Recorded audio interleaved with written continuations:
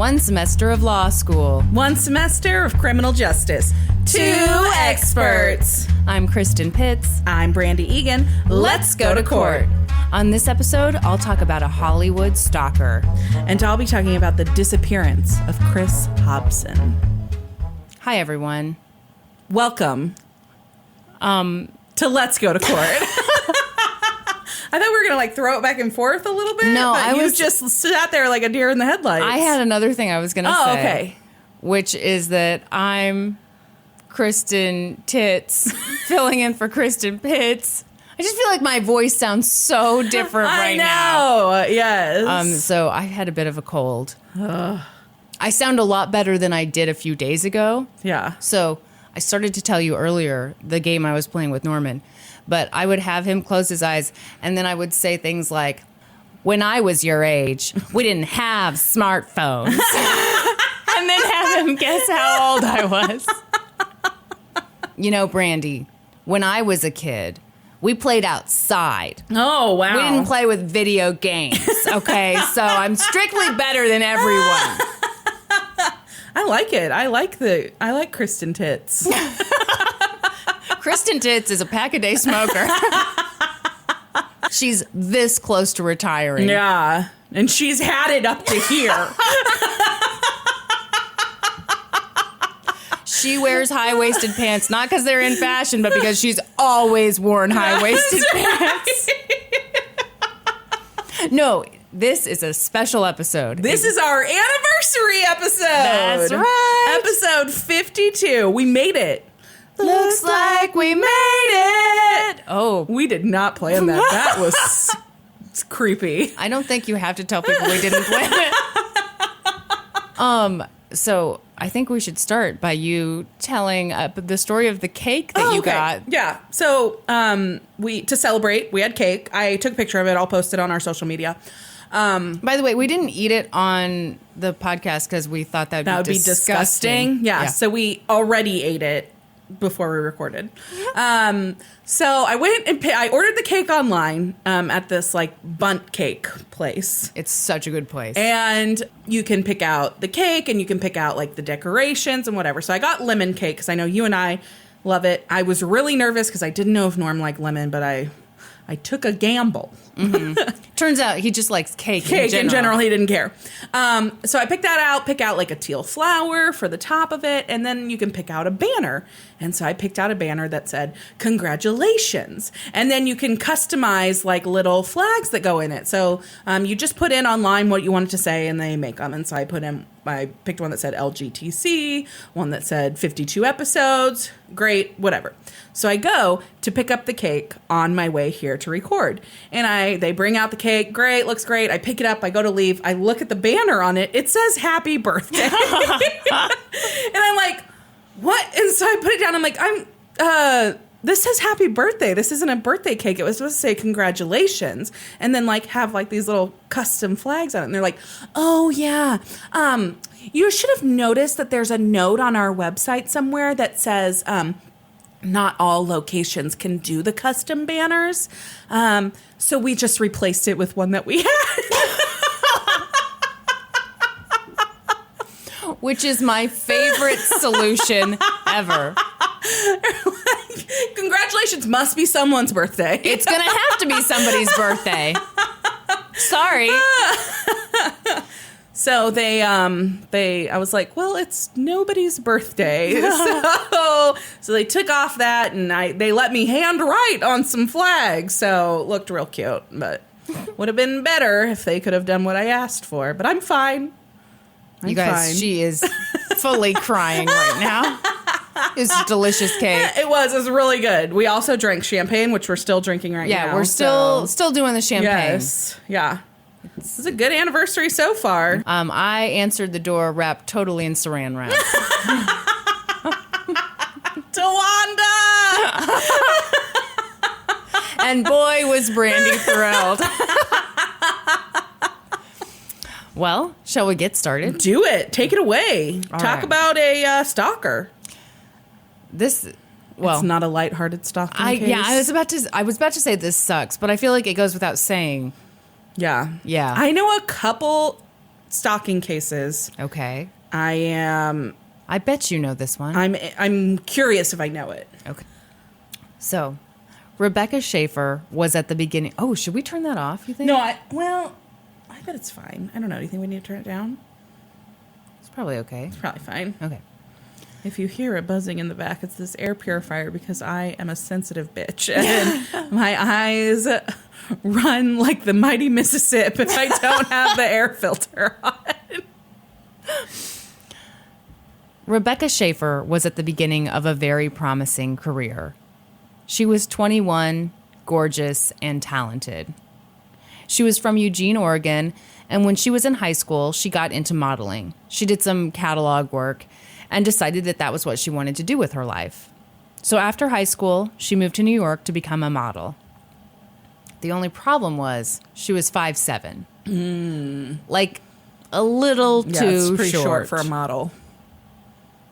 But that didn't really matter because just a few months after she moved to New York, she got a recurring role in the soap opera One Life to Live.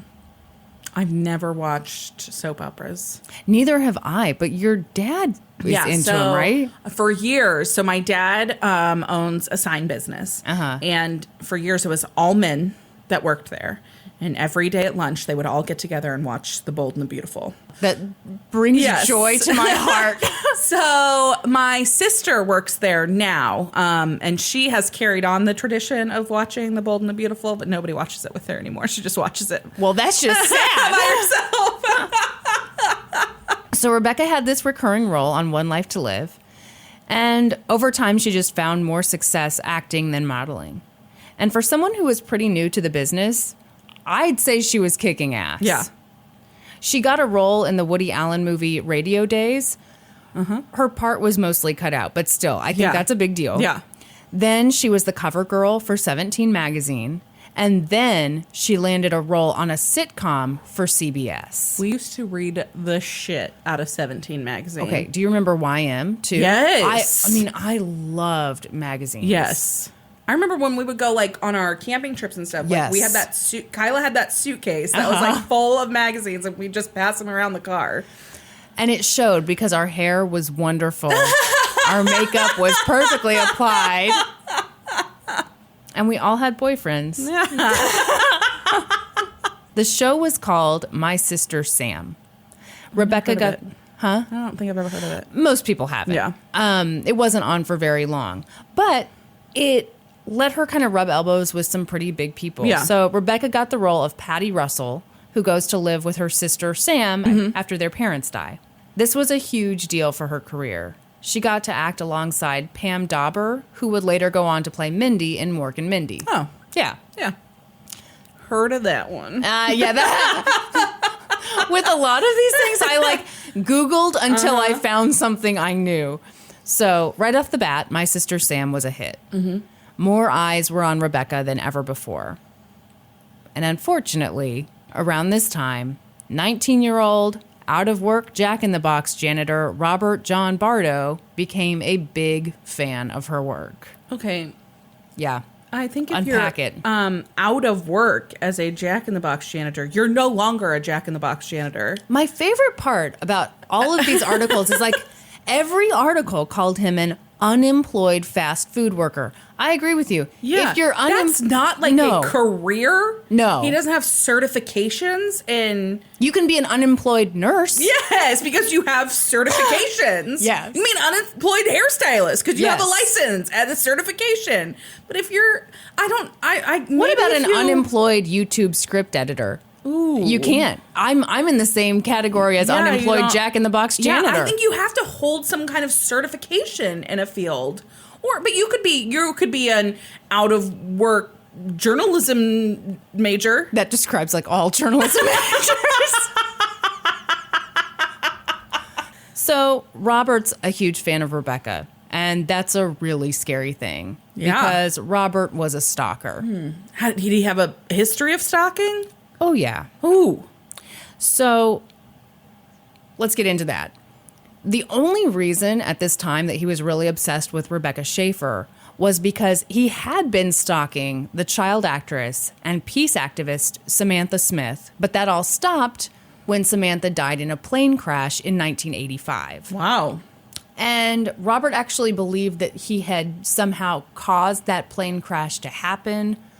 I don't know. But anyway, he was obsessed with Samantha. She dies. Then he moves on to Rebecca. Great. He sounds super stable. Super duper stable. So now he's moved on to Rebecca. But this is the mid-1980s. And lucky for him, stalking was not a crime in the United States. It wasn't a crime anywhere in the United States. Yeah. So Robert traveled from his home in Tucson, Arizona to LA to visit Rebecca on the set of My Sister Sam. Yeah, but it's not like she was like, hey, come out and visit me. No. This was a surprise visit. Oh, yes. By someone she did not know. And did not care to know. Yeah. Like, he'd written her a bunch of letters, and I think her, like, fan mail service sent him something back, and he just took that to mean that, that's typically how stalking works. Yeah. They, like, you make eye contact with some person and one they time. imagine something from it. Or, like, you wear red, and they're like, yes, that's our color. Yeah. Yeah. Okay. That's so creepy. Is it creepier with the voice? Tits. Yes, Kristen Tits is so creepy. Why did I say Kristen Tits? I don't know. It was an odd choice. Well, too late now. Hindsight's 2020. It sure is. I think you're the tits. Thank you. So he arrives on the set with a big bouquet of flowers and a 5-foot teddy bear. Wow. Too much. Yeah. Too much. It's a big-ass teddy bear. Yeah. Whew, how'd he get it there? Oh, here's the thing. I think that they sent him back on a bus, but surely you don't get on a bus with a 5-foot teddy bear. These are the things I don't know. It just seems like a nightmare. Oh, maybe he bought... Okay, he bought the 5-foot teddy. Yeah, you don't bring that. Okay. Yeah, probably not. Duh. What am I thinking? I'd be a terrible stalker. Like, I'm going to blend in. Carrying my 5-foot teddy bear. On the bus from Tucson to LA. So, he gets there with his stuff, and he's like, I'm here to see Rebecca Schaeffer. And the Warner Brothers security team was like, dude, no way. Yeah. You need to leave. Robert was pissed. Mm-hmm. By this point, he felt entitled to Rebecca's time, and he felt like they had a special connection. Oh, no. A month went by. Okay, this next part is controversial. So, everything I saw, like... Does he kick a puppy? No. Everything I saw on, like, the current internet, like Wikipedia and, like, stuff that's currently been written, maybe based on Wikipedia, says that he came back to the studio a month later, this time with a knife, and was turned away. Okay. So, obviously, I included that in the script and was like, whoa, that's crazy. But then when I went on newspapers.com and started reading articles from the trial, none of them mentioned the knife. Okay. Or the second trip back. And I feel like surely that would have been mentioned because that's a huge deal. Yeah. So I don't know. Yeah. Could be right, could be wrong. Wonderful. Anyway. It at least adds a little flair. It adds some flair. Hang on, I'm going to look that up on Wikipedia. I want to see. You couldn't have done that before. I'm sorry. I'm just kidding. I want to see, like, what citation they have on that. All right, I'll just sit over here while you do your research. Where is that? Okay. So it's not on his Wikipedia page. It's on her Wikipedia page. And it's... Is there a citation with it? Yeah, the citation, but it's a citation for a pretty long passage, and it's back to a book that I didn't read. So, okay. Who knows? Anyway. I'm glad that really cleared things up. Yeah, sure did. Are you glad we took that time out? So at any rate, he goes back to Arizona, and he starts nurturing his obsession with other stars. Madonna, Tiffany, Debbie Gibson. He starts to get kind of obsessed with them. I think we're alone now. Doesn't seem to be anyone around. That was one of the first CDs I owned. Kind of a creepy song when we're talking about stalking. Yeah, it is. Yeah. That was your first one? Yeah, Tiffany. So I got kind of my first one. For my 10th birthday, I believe it was, I got a mini CD player. Right. which it would have been 96. So No, I remember it. yeah, they were like, it was like pretty early days of CD players. It was at your dad's house, right? No, it was at my mom's. Oh, well then no, I don't remember Yeah, it. it was at my mom's. So I got this little mini CD player with these speakers and 5 CDs. That's a good gift. Tiffany, MC Hammer, Yeah. New Kids on the Block. Yes. I can't remember what the other 2 Ace were. of Base. I don't think so. Casey had Ace of Base. So we did listen to Ace of Base Yeah. a lot, but I don't think it was mine. Kyla and I had Ace of Base. Yeah. Yeah. What were the other 2? I can't remember. Stay tuned till the end. So, meanwhile, my sister Sam gets renewed for a 2nd season. But about halfway through season 2, the ratings drop and CBS cancels the show. So that kind of sucked, but Yeah. but Rebecca managed to find more work. She got a role in the dark comedy Scenes from the Class Struggle in Beverly Hills. Yeah, that was my Never heard reaction of to it. it. We're shaking our heads. She got a small role in the movie The End of Innocence. Nope. Again, more head shaking. She also starred in a sci-fi made-for-TV movie called Out of Time, which weirdly starred Bill Maher. That's weird. Yeah, strange stuff. But anyway, so she's doing well. She's Yeah. continuing to get work. And in the summer of 1989, Scenes from the Class Struggle in Beverly Hills came out in theaters. Robert, of course, went to see it. And he was livid with what he saw. She kissed somebody in it. So in the movie, there's a scene where she's in bed with another actor. Yeah. So he lost it. He felt that Rebecca should be punished for becoming another Hollywood whore. Oh my gosh. Oh, God. Oh. Creepy. So Robert decided that he should be the one to punish Rebecca. Of course he did. But how? Every time he got near her, security would take him away. And this was before the internet, so it was really hard to figure out Yeah. where she lived, you know, all those creepy Yeah. details. How old do I sound right now? You sounded pretty old right before you just cleared your throat. Now I sound 17. Took some years off. Hawking that phlegm really took some years off. So he took inspiration from another celebrity stalker. I bet you've heard this story too, because this is another famous celebrity stalking. Several years earlier, in March of 1982, a man named Arthur Richard Jackson became obsessed with the actress Teresa Saldana. She'd been in the movies Raging Bull and Defiance. Do you know her? Mm-hmm. Okay.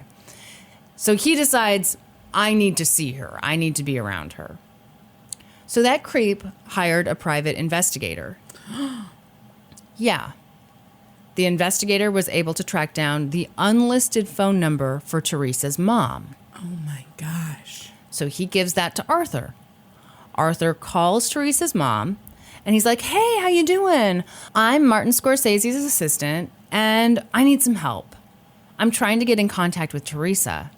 See, we're working on a film right now in Europe, and we want her to replace this actress that we've got. So could you give me her home address?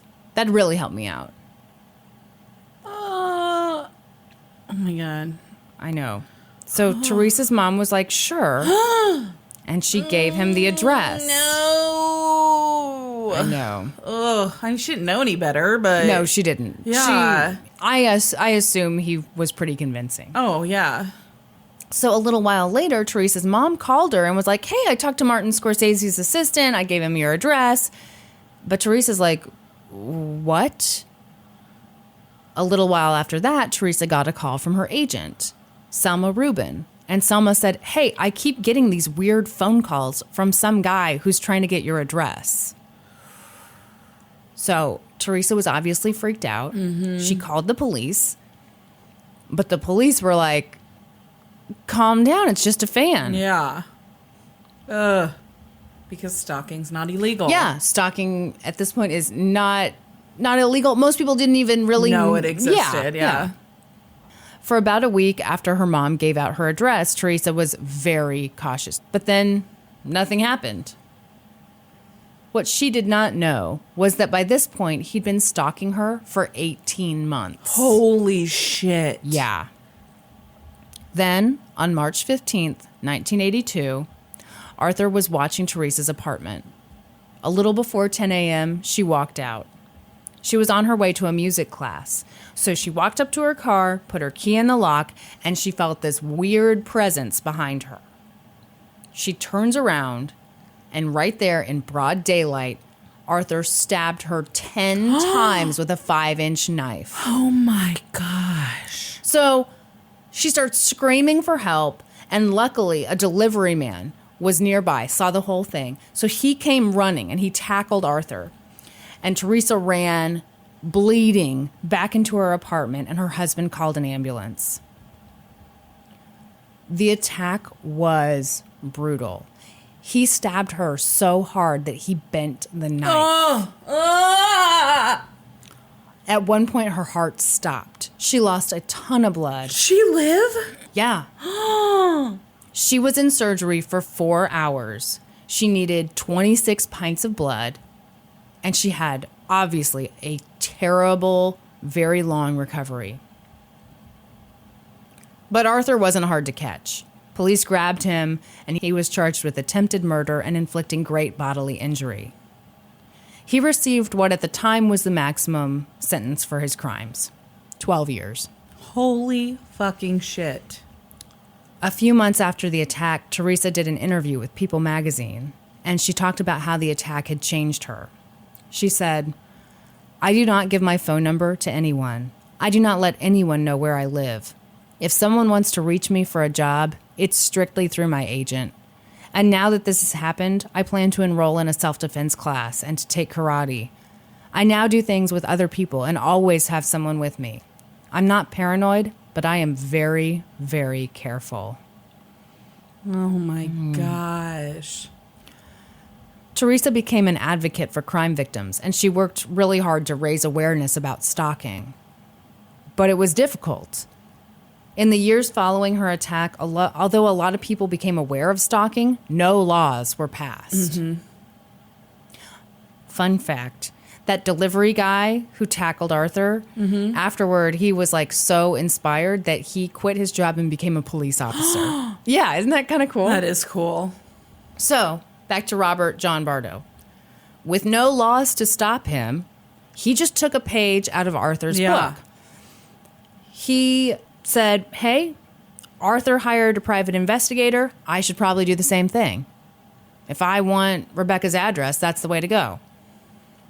So he found a private investigator in Tucson, paid the guy $300 to give him Rebecca's home address. It was a really simple job. They got her address from the DMV, which was legal at the time, and handed it over to Robert. Yeah. Then Robert told his older brother, hey, I'm too young to legally buy a gun, but I'd really like one. Here's some money. Will you buy one for me? And the older brother was like, sure thing. That was a weird noise. Yeah. That was like an outward expression of how weird that made me feel. Yeah, it makes me feel really weird too, because he did not have a history of mental stability. And so he goes to his brother, was like, could I really please like have a gun? Oh, yeah, great. Ugh. So Robert went to LA with Rebecca's address, his new gun, and a copy of The Catcher in the Rye, which, coincidentally, was the same book that Mark Chapman, who is the guy who killed John Lennon, once he killed John Lennon, he just sat there and waited, and read Catcher in the Rye. Mm-hmm. On July 18th, 1989, he found Rebecca's apartment and checked with some neighbors to confirm that she actually lived there. So this sounds creepy as hell. He was walking around her neighborhood with a manila envelope, and he'd stop people and he'd pull out Rebecca's picture and be like, does she live around here? Oh my gosh. And for whatever reason, no one was like, hey, there's a fucking creep walking around here, and called the police. Yeah, no one did that. Ugh. So the morning of July 18th was an important one for Rebecca. She was scheduled to meet with director Francis Ford Coppola about getting a role in The Godfather 3. Oh my gosh. Yeah. That's Casey's birthday, by the way.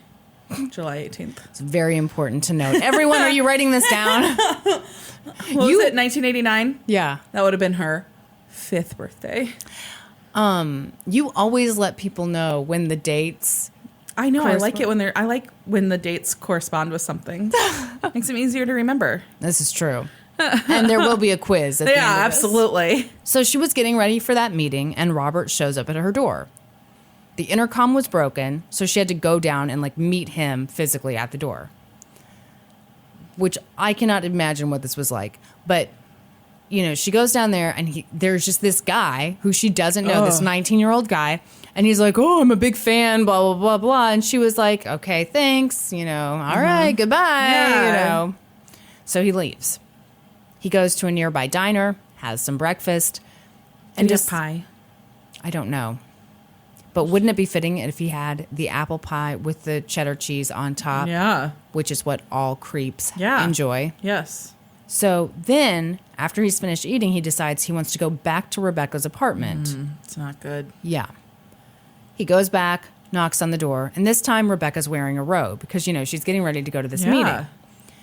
And believe it or not, she's not as polite as she was the first time. Well, yeah, because now there's a duh. fucking creep at her door. Well, and I imagine, like, the first time someone shows up like that, you're so taken off guard that you're kind of like, oh, hi, thanks, okay, bye. And now you're like, holy shit. But yeah, he shows up like an hour later. You're like, get the hell away from me. At that point, he took out his gun and shot her in the chest. Ugh. After he murdered Rebecca, Robert... She died? Yeah. I mean, it was the chest, yeah. Well, fucking Teresa was stabbed 20 times or whatever, and 10 she times. lived. Yeah. I watched a little bit of her on YouTube. She was really talented. Yeah. I mean, it's really sad to think about, like, where she might have been. Because she hadn't been acting for long, but I feel like she had a pretty damn good resume. Yeah. So, after Rebecca dies, Robert hightails it back to Tucson. And immediately, police began looking for the murderer. When they talked to people in Rebecca's neighborhood, a bunch of them were like, oh, yeah, there was a weird guy asking about her. He had a picture, I had a manila envelope. Right. He was wearing a yellow polo. Excellent. They described his vehicle, too. They all kind of thought he was super weird. Yeah. And later, someone saw him running away. So, police have descriptions of the guy, but now he's in Arizona. And that's when a friend of Robert's, who lived in Tennessee, called police. I have a theory. Okay. I think it was his sister. None of the articles say it was his sister. Okay. Everything says it was just a friend. Some sources say a female friend. But then I found out somewhere that his sister lived in Tennessee, and later on, his dad gets super pissed about something that happens with this crime, and he's like, you know, the police would have never found him if it weren't for me and his sister. So I think it was his sister. Okay. So the friend, possibly the sister, sees that Rebecca Schaeffer has been murdered on TV, and she's like, oh no. So she calls the police, tells them everything she knows, that Robert was obsessed with Rebecca Schaeffer, that he talked about hurting her. And then the police in Tucson faxed a picture of Robert to the police in L.A. And the L.A. police took that picture to Rebecca's neighbors, and they were all like, oh yeah, that's the guy. That's him. Fuck. Interestingly, by that point, Arizona police already had Robert in custody. What? They had taken him in for wandering around on a Tucson highway trying to commit suicide by running into cars. Oh my gosh. Yeah. That's an odd method. Yeah. Oh my gosh. So they have him in custody, and Robert kind of spills it. He tells police where they can find his yellow polo, where they can find the gun, where they can find the copy of Catcher in the Rye. At some point in all this, he was appointed a public defender named Lori Lefferts. And it was pretty clear that there'd be a fairly lengthy extradition process to get him to L.A. Yeah. At least That's what everyone expected. So prosecutors in LA are ready to go. This is a super high-profile case. They're ready to get started. So they're watching all the filings and stuff going on in Tucson, and they realized that Robert's lawyer, Lori, had gone to the wrong court in Tucson to fight Robert's extradition, and that she hadn't then immediately gone to the right court to refile those papers. So she thought she had a few days to refile the papers. But Los Angeles District Attorney Ira Reiner was like, excellent. Okay.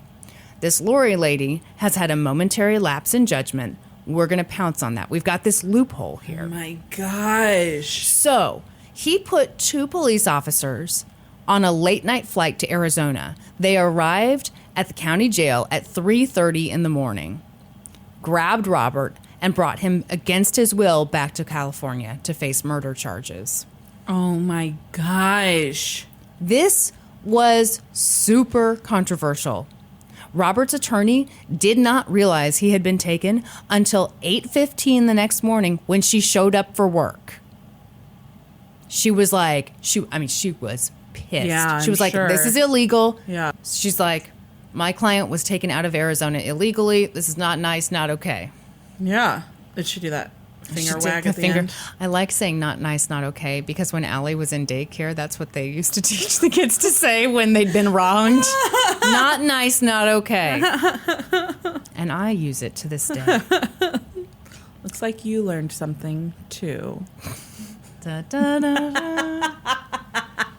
But Ira was like, okay, it may have been kind of a dick move, but it was perfectly legal. Perfectly legal, yeah. Yeah. Ira told the press that he couldn't take all the credit. The person who spotted Lori's error and said, hey, we could take advantage of this and just go get the guy was the woman who would be prosecuting the case. None other than motherfucking Marcia Clark. Ooh! Yes! Who in a few years would be doing the O.J. Simpson trial. Yeah. So this is Marcia Clark's, like, big moment. Yeah. Robert's lawyer was pissed. But the prosecution and the defense did agree on one thing. That now that Robert was in California, there wasn't shit that Lori could do to bring him back. Lori told the press, there's nothing I can do. Arizona law does not allow me to get him back. Wow. Yeah. So at some point in all this, Robert got a new court-appointed attorney named Stephen Galindo. And in mid-September, a judge ruled that Robert's rights had not been violated by the surprise extradition. Yeah. So the defense is still super angry because they were like, I don't care what y'all say. This was a violation of his rights. This was showboating. This was when Robert's dad got really pissed. And that's when he said the thing about, like, you know, you guys would have never caught him if it weren't for me and his sister. And at this point, Marcia Clark is like, hi, by the way, everyone, I'm adding a special circumstance of lying in wait to the murder charge. And in case you don't know, that means that the death penalty is officially on the table. So lying in wait, she's talking about that hour when he went to the diner. She's saying, like, he was basically hiding out and plotting the murder. Yeah. Robert's attorney was like, yikes. Yeah. We can't have that. So they negotiated. Robert waived his right to a jury trial. And the prosecution basically said, okay, since you're waiving your right to a jury trial, we won't go for the death penalty. We'll go for life in prison without parole. Okay. So this case was heard in front of a judge. But Robert's attorney was still super angry about the extradition thing. So he refused to enter a plea. I don't understand that. It's going to get more ridiculous. Okay. I mean, so he's like, nope, we're not pleading guilty, not guilty by reason of insanity. We're not pleading anything. And Judge Dino Fulgoni was just like, okay, calm down. I'm just plea of not guilty then. That's exactly what happened. He was like, all right, noted. I'm going to enter not guilty for you. Yeah. Congratulations. That's what happens. Like, you can stand up there all day and stomp your feet and, like, throw your hat on the ground and stomp on it, Yosemite Sam, but, like... You would be such a good judge. What are you going to accomplish? Nothing. Yeah. Dumb.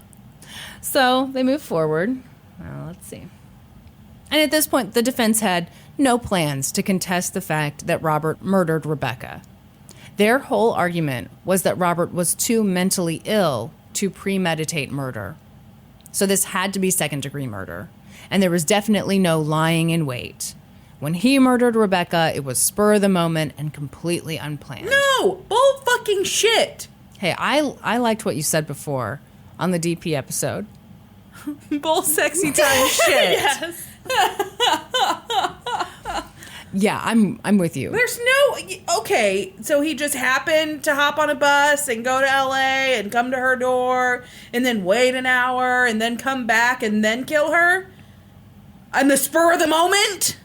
Yeah. No, that's a terrible argument. I do believe he was mentally ill. Oh, I do too. I believe he was mentally ill, Not yes. so mentally ill that he couldn't premeditate murder, because I Yeah. think that's exactly what he managed to do here. yeah. Marcia Clark didn't even bother with an opening statement. She just started calling witnesses. Oh, wow. And her first one was John Egger, who was the head of security for Burbank Studios. So this was where I was like, where's the part about the knife? Dude doesn't mention it anywhere. Okay. So he was the one who told Robert to go home that day when he came to the studio with the freaking massive teddy bear and flowers. And the big bombshell with his testimony was that he was like, yeah, Robert was super normal, very pleasant, found him to be intelligent, nice guy. That is a bombshell. Yeah. Yeah. Not some scary, violent-seeming guy.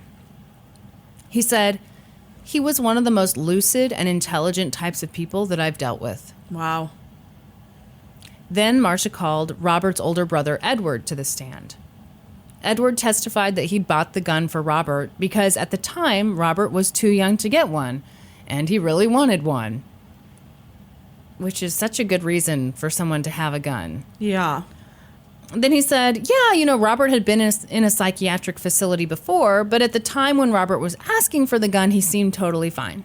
Yeah. More witnesses were called, and eventually it was the defense's turn. And they called TV reporter James Wider to the stand. James testified that on the day Robert was taken into custody, he looked loony. James said he seemed... What? Yeah. Because, the defense is trying to say, he's very mentally ill. So they're trying to get anyone who's willing to say, yeah, he looked nuts. The news reporter? Yeah. The news reporter was there when Robert was, running himself into cars. And he was like, yeah, the dude looked like a Looney Tune. Do you not like the use of the word loony? No, I don't. And, this is not a person who has any kind of authority or any kind of... certifications in any form of mental illness. But he was a witness. Uh-huh. And he could say what he saw. His expert testimony is that he looked loony. Hey, he was a working journalist. That's got to mean something. So James said he seemed at best disheveled and at worst drunk or stoned. Okay. He said that after watching Robert for several minutes, he concluded that Robert was a very sick young man. He was also a doctor, by the way. He was not. A doctor who went all the way through med school and then was like, I'd rather just be a TV reporter. Yeah. Then came cross-examination. And Marcia was like, okay. So he looked really bad. But that doesn't mean he was insane. The dude hadn't slept for 48 hours. Couldn't that be why he looked terrible? It could also be why he was insane, because I imagine sleep deprivation. Yeah. I don't think that's a great argument either. So James was like, yeah, I guess it could be. Yeah. Yeah. Huh. The defense claimed that Robert only came back to Rebecca's apartment that second time because he'd been so enamored with her the first time. It's really her fault because she was so friendly. Yeah, that she first was time. so charming. They said that he came back because he'd wanted to give her a letter that he'd written. He shot her on impulse because she was being so cold and seemed irritated that he'd come back. Yeah. Yeah. The defense called Dr. Park Dietz, who specialized in celebrity stalking. He testified that Robert was schizophrenic. He said that Robert was mentally ill and had been since he was a child. He said that his mother and brother were also schizophrenic. Oh, really? Yeah. He called the family pathologically dysfunctional and compared him to all these other celebrity killers. You ready for it to get a little weird? Yeah. So Dr. Park Dietz testified that Robert listened to the song Exit by U2 and felt that the lyrics were about himself and Rebecca. Do you know that song at all? I don't. We both don't like U2. Yeah. Here's another reason to not like them. So apparently the song Exit was inspired by 2 books about true crimes. The Executioner's Song, which I've never read, and then In Cold Blood, which is the Truman Capote book.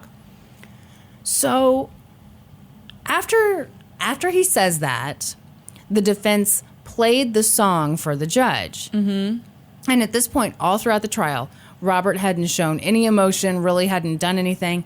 Exactly. He like starts bopping along. Then they play the song. He starts mouthing the lyrics and playing air drums on his knees. What? Super weird. Probably pretty good for the defense. Looks a little loony. Yeah. What certifications do you have? Maybe a cosmetology license. Dr. Dietz also talked a lot about Robert's past. Okay, this is from a newspaper article. He talked about some youthful writings, which to me... He's 19 years old. Every writing is youthful. Well, and I'm thinking that's a journal, right? Yeah. Youthful writings is journals. Yeah. So anyway, on cross-examination, Marcia was like, aren't those writings filled with the normal concerns of teenagers? Concerns like fame and getting attention? And the doctor was like, yeah, some of them are, but taken as a whole, no. He said, taken as a whole, this is a sick young man. A normal person would not repetitively threaten to commit mass murders, kill the mayor, kill your teacher. And then later, Marcia was like, isn't it true that you're testifying here so that you can enhance your professional reputation? She pointed out to some statement that he'd made about wanting to include the Robert Bardo case in his future speeches and writings. And she said, you're testifying for less than your usual fee, right? And he was like, yeah, true. But I don't have much to gain from this testimony. And then he goes, I see this as a public service. Okay. Okay, so I'm with Marcia here. Yeah. But I don't think that this necessarily means that he's full of shit or that his analysis is bad. No, I don't either. But yeah, like, dude, you specialize in celebrity killings, like, yeah, and you are testifying for less than your usual fee in this high-profile case. We know why you're here. Yeah, exactly. In his closing statement, defense attorney Stephen Galindo said, Rebecca Schaeffer is a victim in the true sense of the word. She did nothing to deserve the fate that befell her. Robert Bardo is also a victim of parental neglect and a mental health system which failed to provide the treatment he needed. But Marcia Clark was like, nope. The guy wanted to be a celebrity killer. He wanted the fame that comes from killing a star. He fantasized about this for years, and he carefully and methodically planned his attack. And by the way, that psychiatrist that the defense brought up here, in case you couldn't tell, I'm not impressed by him. The guy didn't do any analysis. He just repeated everything Robert told him. Mm-hmm. She said, I'm not trying to put forth the position that this defendant was perfectly normal. A normal person does not stalk and murder an actress. But this was less than extreme psychosis. Mm-hmm. Okay. So the trial lasted 5 weeks. At the end of it, Judge Fulgoni found Robert guilty of first-degree murder. He also found Robert guilty of the special circumstance of lying in wait to kill Rebecca. And that required the sentence of life in prison without the possibility of parole. He explained that the evidence showed that Robert planned the killing. Yeah. Okay. So after the verdict, as Robert was being led out of the courtroom, Rebecca's boyfriend walked up to him and said, your cowardice will haunt you forever. Oh my God, I just got chills. Yeah. So I read that article in the New York Times, Los Angeles Times. And it said the boyfriend was Bradley Sieberling. And I was like, I wonder if I can be a creep and like find him on Facebook or something. Yeah. I'm sorry, that's so weird. I'm sure normal people are like really grossed out. Yeah. I looked him up. He is now a famous director. He is? It's Brad Sieberling. So he did Land of the Lost, Lemony Snicket's A Series of Unfortunate Events, City of Angels, Casper. Wow. Yeah. And in 2002, he wrote and directed the movie Moonlit Mile, which apparently is like super loosely based on this whole thing. I mean, like very loosely based. But, okay, so that movie was not well received. But check out this cast. Jake Gyllenhaal, Dustin Hoffman, Susan Sarandon, Ellen Pompeo, and Holly Hunter. I've never even heard of this. No. Yeah, it's got a ton of people in it. But again, not super well received. Now for the silver lining. In 1990, just a year after Rebecca's murder, California became the first U.S. state to criminalize stalking. Thank goodness. Yeah. I can't believe it wasn't criminalized before that. I know.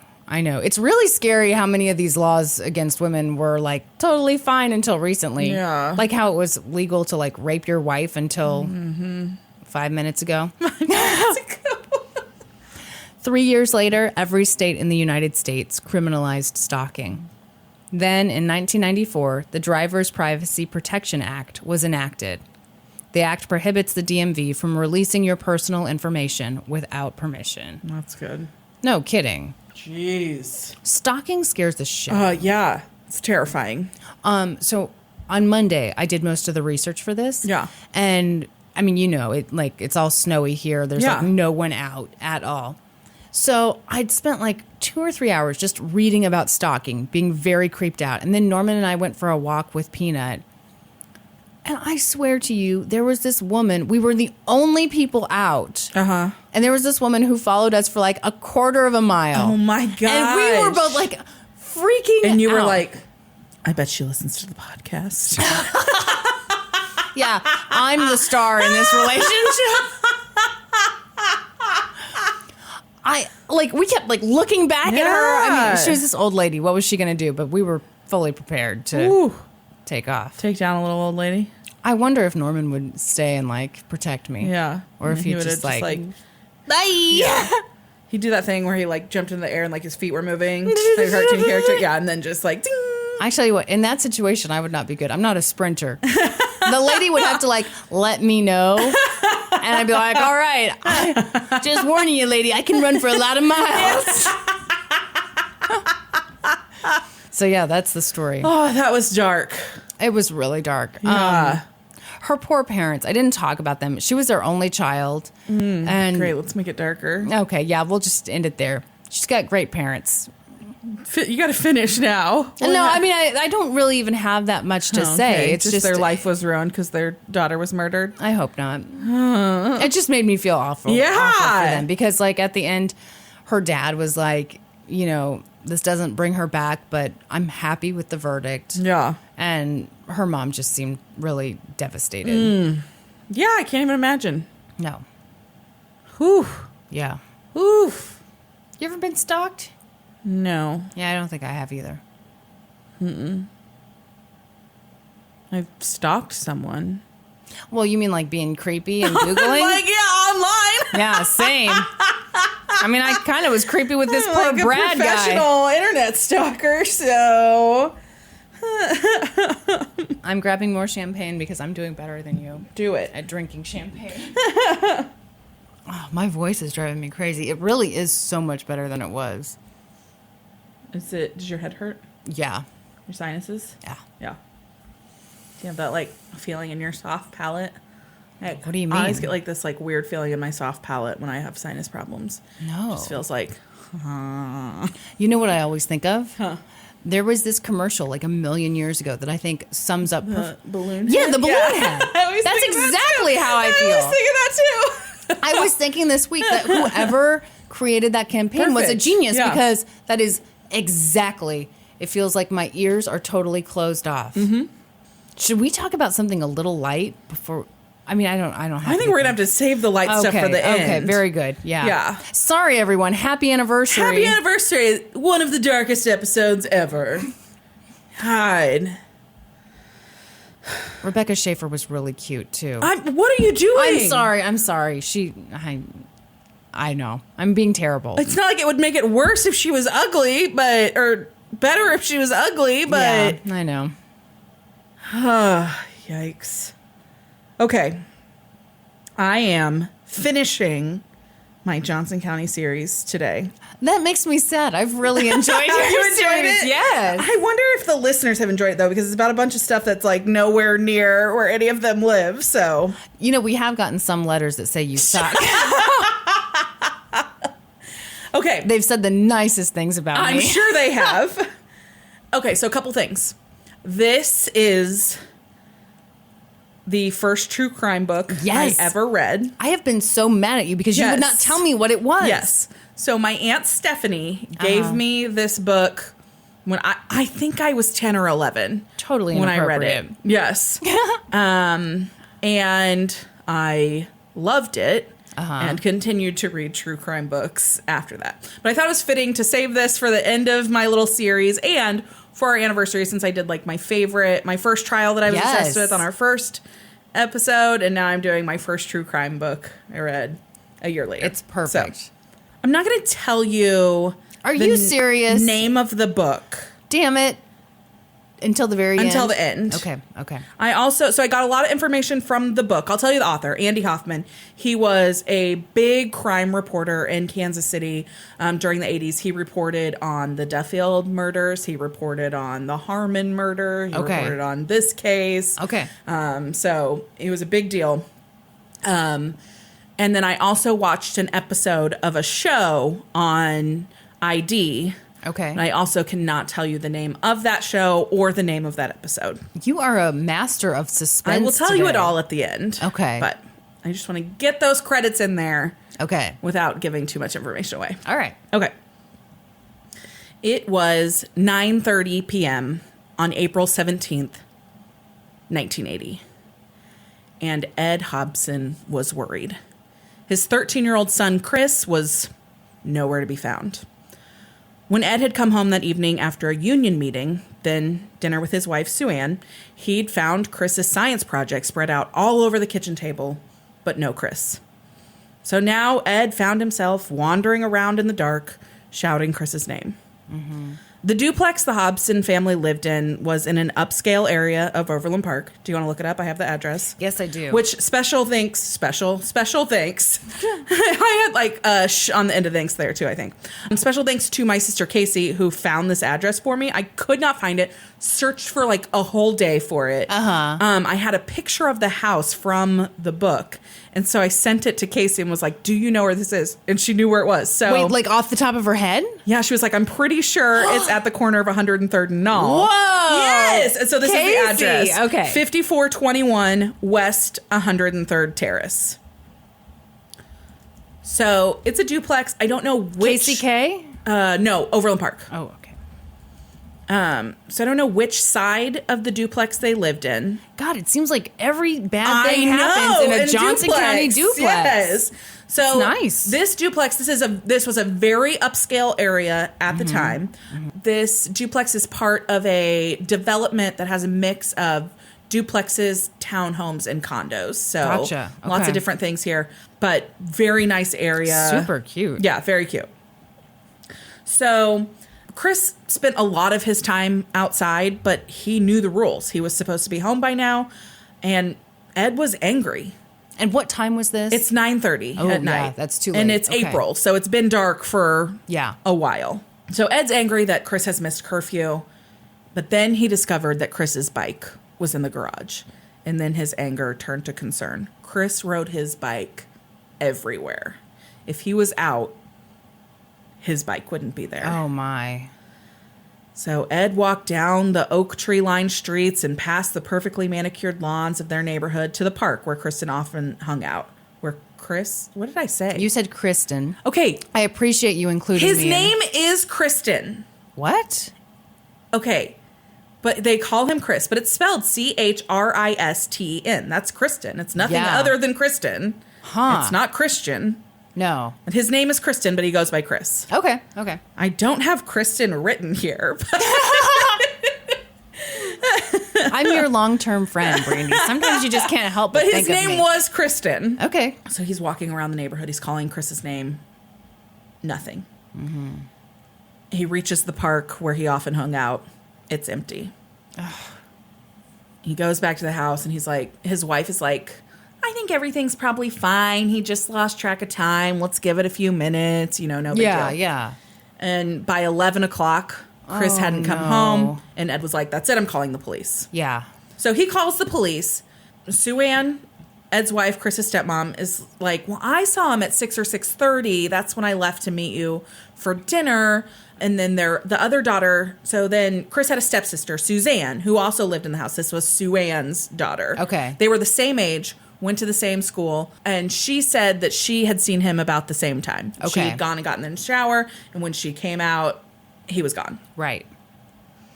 By the time an officer arrived at the Hobson residence, Ed's anger and concern had turned to full-on panic. Yeah. In the time since he'd called, he'd made a troubling discovery. A shotgun was missing from a closet in the basement. Oh, no. But Ed couldn't tell the officer exactly when he'd last seen the gun. And there was no sign that any kind of crime had occurred. And so, as is typical in this kind of instance, the officer told Ed that it sounded like Chris had run away. So he had like hunting rifles and shotguns in a closet in the basement. He and Chris liked to hunt. They hunted regularly. Right. But it's not like he checked them every day Well, no, to make why sure would they you? were there. Yeah. But just like in his search of the house, he had opened that closet and he had noticed that one of the guns was missing. So it could have been missing for a long time. Yes. But Yeah. possibly not. Possibly not. Okay. So the police are like, sorry, it sounds like we got a runaway here. And Ed's like, my son would never run away. Yeah. He has nowhere to go, no reason to leave. Mm-hmm. He's happy. He has everything he needs. He doesn't know anyone else. Yeah. He would not run away. And police are like, meh. Yeah, exactly. Yeah. And while Ed may have wanted to believe that was true, it probably wasn't. Investigators would soon learn that things weren't going well at the Hobson home. So Ed and Sueanne had been married for 18 months. And things in the blended family had not been going great. Ed and Sueanne each had a child of their own from their previous marriages. Right. Ed had Chris, Sueanne had Suzanne. They were the exact same age, went to the same school, and when they'd come together...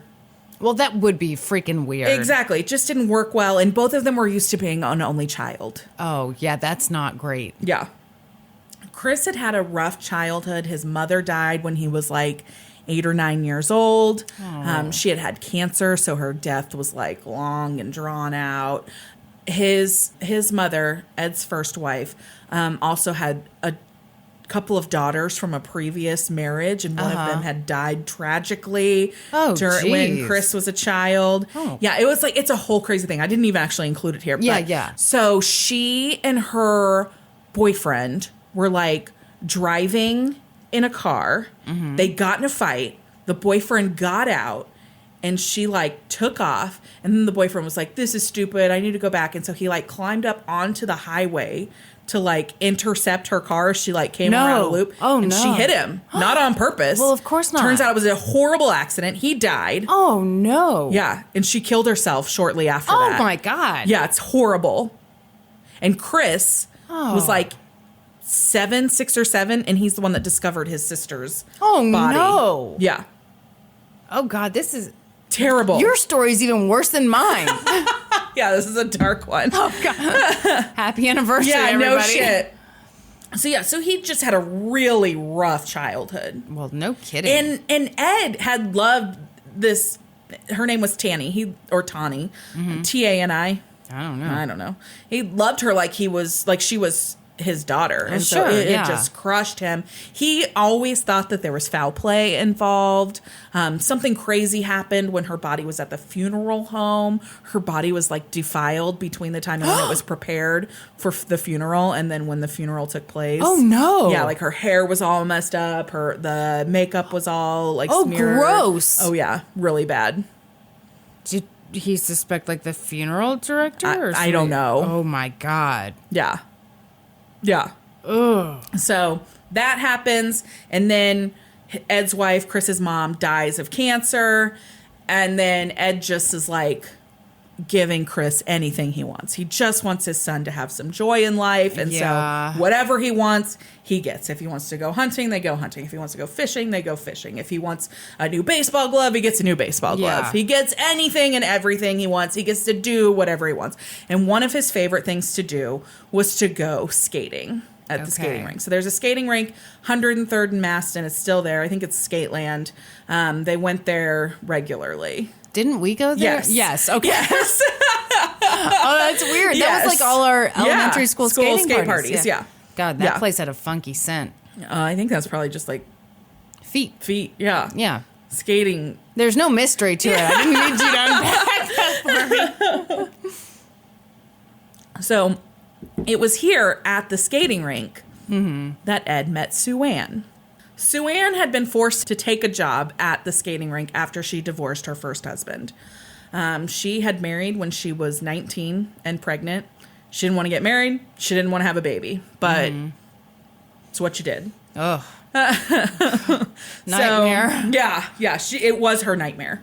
Oh, so she spent a few years as a stay-at-home mom, but she had very expensive taste and she was very materialistic in nature. Sorry, this is Chris's birth mom. No. This is Sueanne. This is Ed's. I'm sorry. Yeah, yes, I'm with you now. So, a little backstory on how she came to work Yeah. at the skating rink. Gotcha. Where she met Ed. So, she's super materialistic. She's grown up as an only child to well-to-do parents. She grew up in Prairie Village, which is a pretty wealthy area in Johnson County. Okay, let me tell you, folks. I love real estate. I'm always looking at real estate listings nearby. It's my dream neighborhood. It is. I love Prairie Village. Every time a house pops up, and I'm like, oh my God, why do they want $600,000 for that tiny little house? Yeah. Freaking Prairie Village. Oh, yeah. I can't afford to live there. I know. I'm just saying. But I love it. Like, Let me just tell you this. Okay. I have loved Prairie Village forever. Like my dream to live in Prairie Village. A couple weeks ago, Zach and I were on our way somewhere and we had to stop at the grocery store on the way. So we were passing through Prairie Village and we stopped at the Hen House in Prairie Village. That's a very nice hen house. Which is my favorite grocery store to begin with. Everything I in love Prairie Hen House. Village is very nice. This Hen House in Prairie Village. Okay, Hen House is a chain grocery store. It's not like it's not like a little neighborhood grocery store. No. This Prairie Village Hen House felt like a neighborhood grocery store. It's tiny, it's cute, everybody was super friendly. I loved it. I was like, these are my people, this is where I belong. You know, my goal in life is to lure you to KC Mo. You know, we've got drugs here. We've got dirt. We've got grit over here. So Zach and I are like walking out of this grocery store in Prairie Village. And I was like, oh my God, I love it here. It's so amazing. Look, there's a Starbucks in the parking lot. Oh, this is where I'm meant to be. And he's like, I hate it here.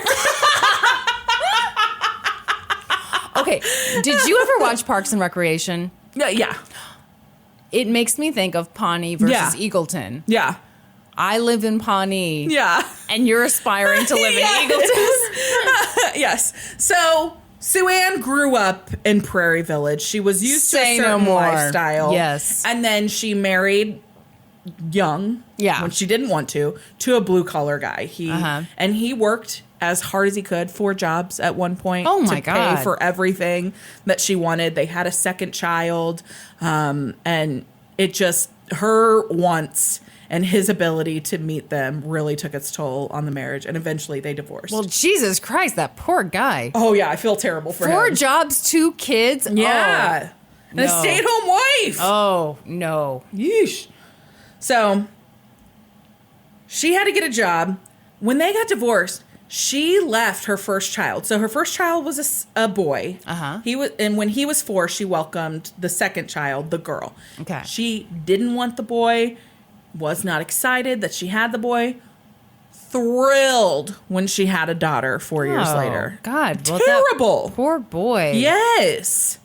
Yeah. So when they get divorced, she leaves the boy with the ex-husband What? and just takes Suzanne with her. Oh, well, that'll ensure the kid has a number of psychological Right? issues. That's terrible. Terrible. Yes. Fuck that. No kidding. She wouldn't see or hear from her son, Jimmy, for like 7 years. Imagine after that. Yeah. You mean he didn't want to have contact with her? Wow. Yeah. And nor did she want to have contact with him, seems. Yeah. So here's Sueanne. She's freshly divorced, raising a daughter on her own, and she's taken this job at this skating rink owned by her friend Norma. While working there, she meets Ed Hobson, and he's immediately infatuated with her. Sueanne was beautiful. She had dark skin and dark eyes, and she was very put together. Appearances mattered very much to her. Okay. And he was just like, whoo, who is this lady working at the snack bar? I had that thought many a time because they serve nachos at that snack bar. That's right. Nachos, giant pickles. Fun dip. Yes. You remember the fun dip? And big cookies. Oh, you loved a big cookie. I did like a big cookie. Do you remember in elementary school? We'll cut this because it's who cares. Yeah. But in 5th grade, do you remember they would bring out the tray? Oh, yeah. And remember they had those massive cookies for 50 cents? Oh, yeah. That were like undercooked in the middle? Yeah. Sweet Jesus. They were delicious. They were amazing. So Ed is just infatuated with Sueanne. Yeah. Chris is over here skating his life away.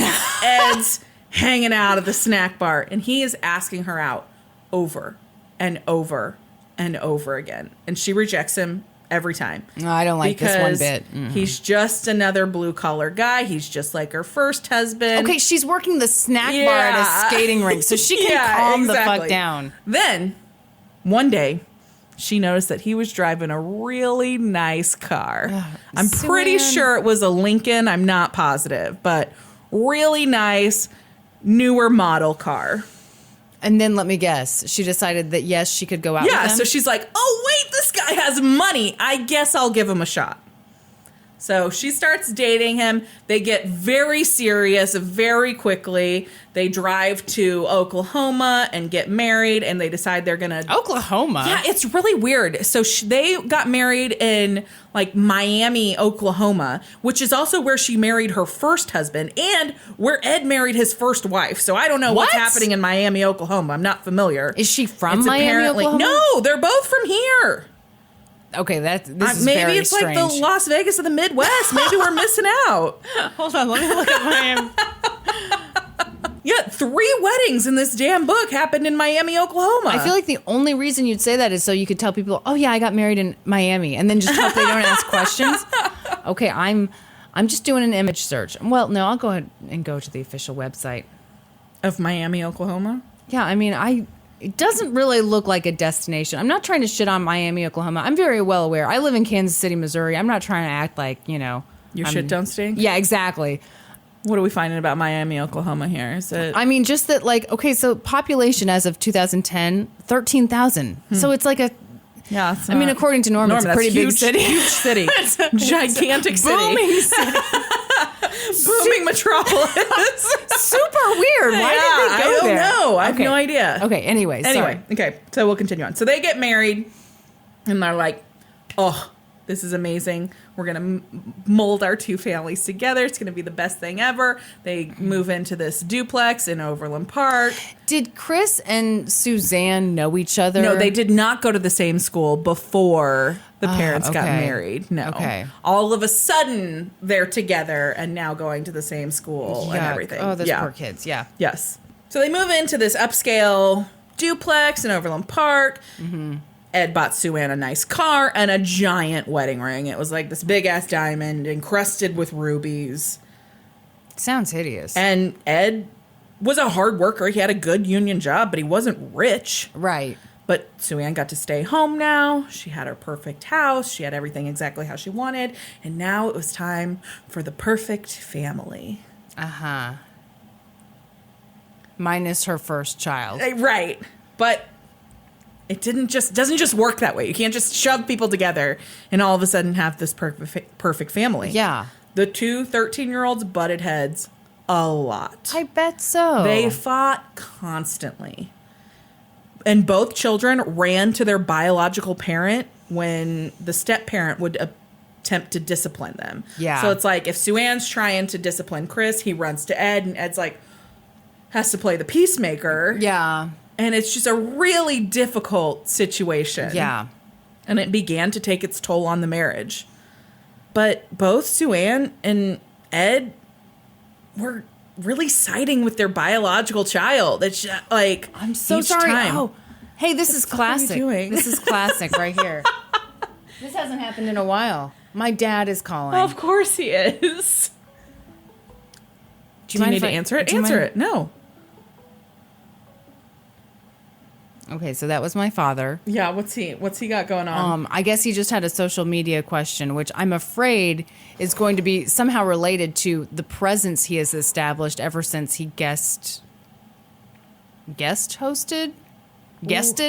the podcast. I don't know. Ooh, he's tweeted us twice today, I just saw, so that's concerning. 4 minutes apart from each other. That's okay. It shows he's not desperate. He did just say to let the listener. He was like, "Well, do you want me to go on speakerphone so I can be on the podcast?" And I was like, "The listeners would probably love it." And he's like, "Just let them know I called. They'll be excited." Oh my God, he's a monster.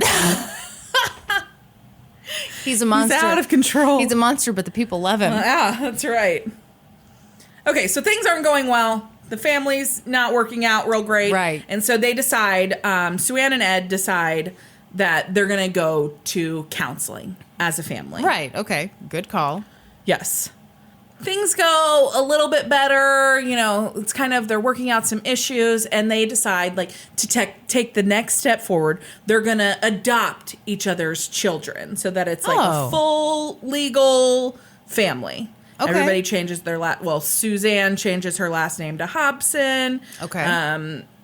Sueanne is Chris's legal mother now. Everything is, perfect. Okay. It's exactly perfect, Kristen. How dare you make that face? I'm just thinking, I think counseling's a great idea. Yes. I just think it would be really hard to make that shift at 13. Yeah. But also, like, I didn't want to change my last name when I was 26. I can't imagine wanting to change my name at 13 because my mom married some new guy. Yeah. But I think the adoption is sweet. I think the name changes too much. Yeah, I don't know if Suzanne was into it or not. I don't know if it was. Let me. Come on. So things are getting better. Everybody's a Hobson now. Uh-huh. We're all great. Nothing to see here. No. And Ed and Sueanne decide maybe it's time to move in. No. Suanne's older son, Jimmy, who she hasn't had contact with in years. Oh, boy. He's now 17. No. And they're like, why would come on in. Be part of the family, bud.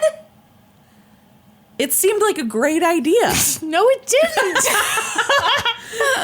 But neither Ed nor Suzanne knew the full extent of what Jimmy's childhood had been like after Sueanne left. Well, that's on fucking Sueanne. Yeah, no fucking shit. You don't leave your kid. Yes. And be like, oh, what happened? Yeah. So Jimmy's dad, Jim, had been a heavy drinker, and he was unable to care for Jimmy. So he'd sent him to live with various family members, and he essentially spent the formative part of his childhood floating from house to house with no real place to call his own. Yeah. That's infuriating. Oh, yeah. And imagine what that does to a kid. It does horrible things to a kid. Meanwhile, his mother is alive and well and just not into it. Yeah. Like, I mean, that's and how it like sounds. raising his sister. Yeah. Yeah. She's like, you stay here. I'll take this one. Wait, are you about to tell me that Jimmy's kind of fucked up from all this? Because that is just shocking. Right. Won't that be shocking? Yeah. So at first, Jimmy was happy to be invited into the family. Mm-hmm. He was like, oh my gosh, I'm going to have a stable home. I'm going to have siblings. So he moves into the family. He starts at school nearby at Shawnee Mission South, and he even enrolled under the name Jimmy Hobson, even though he wasn't technically a Hobson. He asked Ed if he could use his last name. Oh, that poor kid. Yeah, and Ed was like, so of course. Desperate. Yeah. But things were rocky, of course. Jimmy was a troubled kid, and moving into the Hobson home didn't change that. Jimmy was caught multiple times with drugs in his room, and he suspected that Chris was tattling on him for them. Uh-oh. Like, each time that, like, they were caught in the room, like, it was somehow he knew Chris knew, and he was pretty sure that Chris was telling on him. Oh, shit. Did he take a gun and kill Chris? Why would you think that? No. Oh, no. Anyway.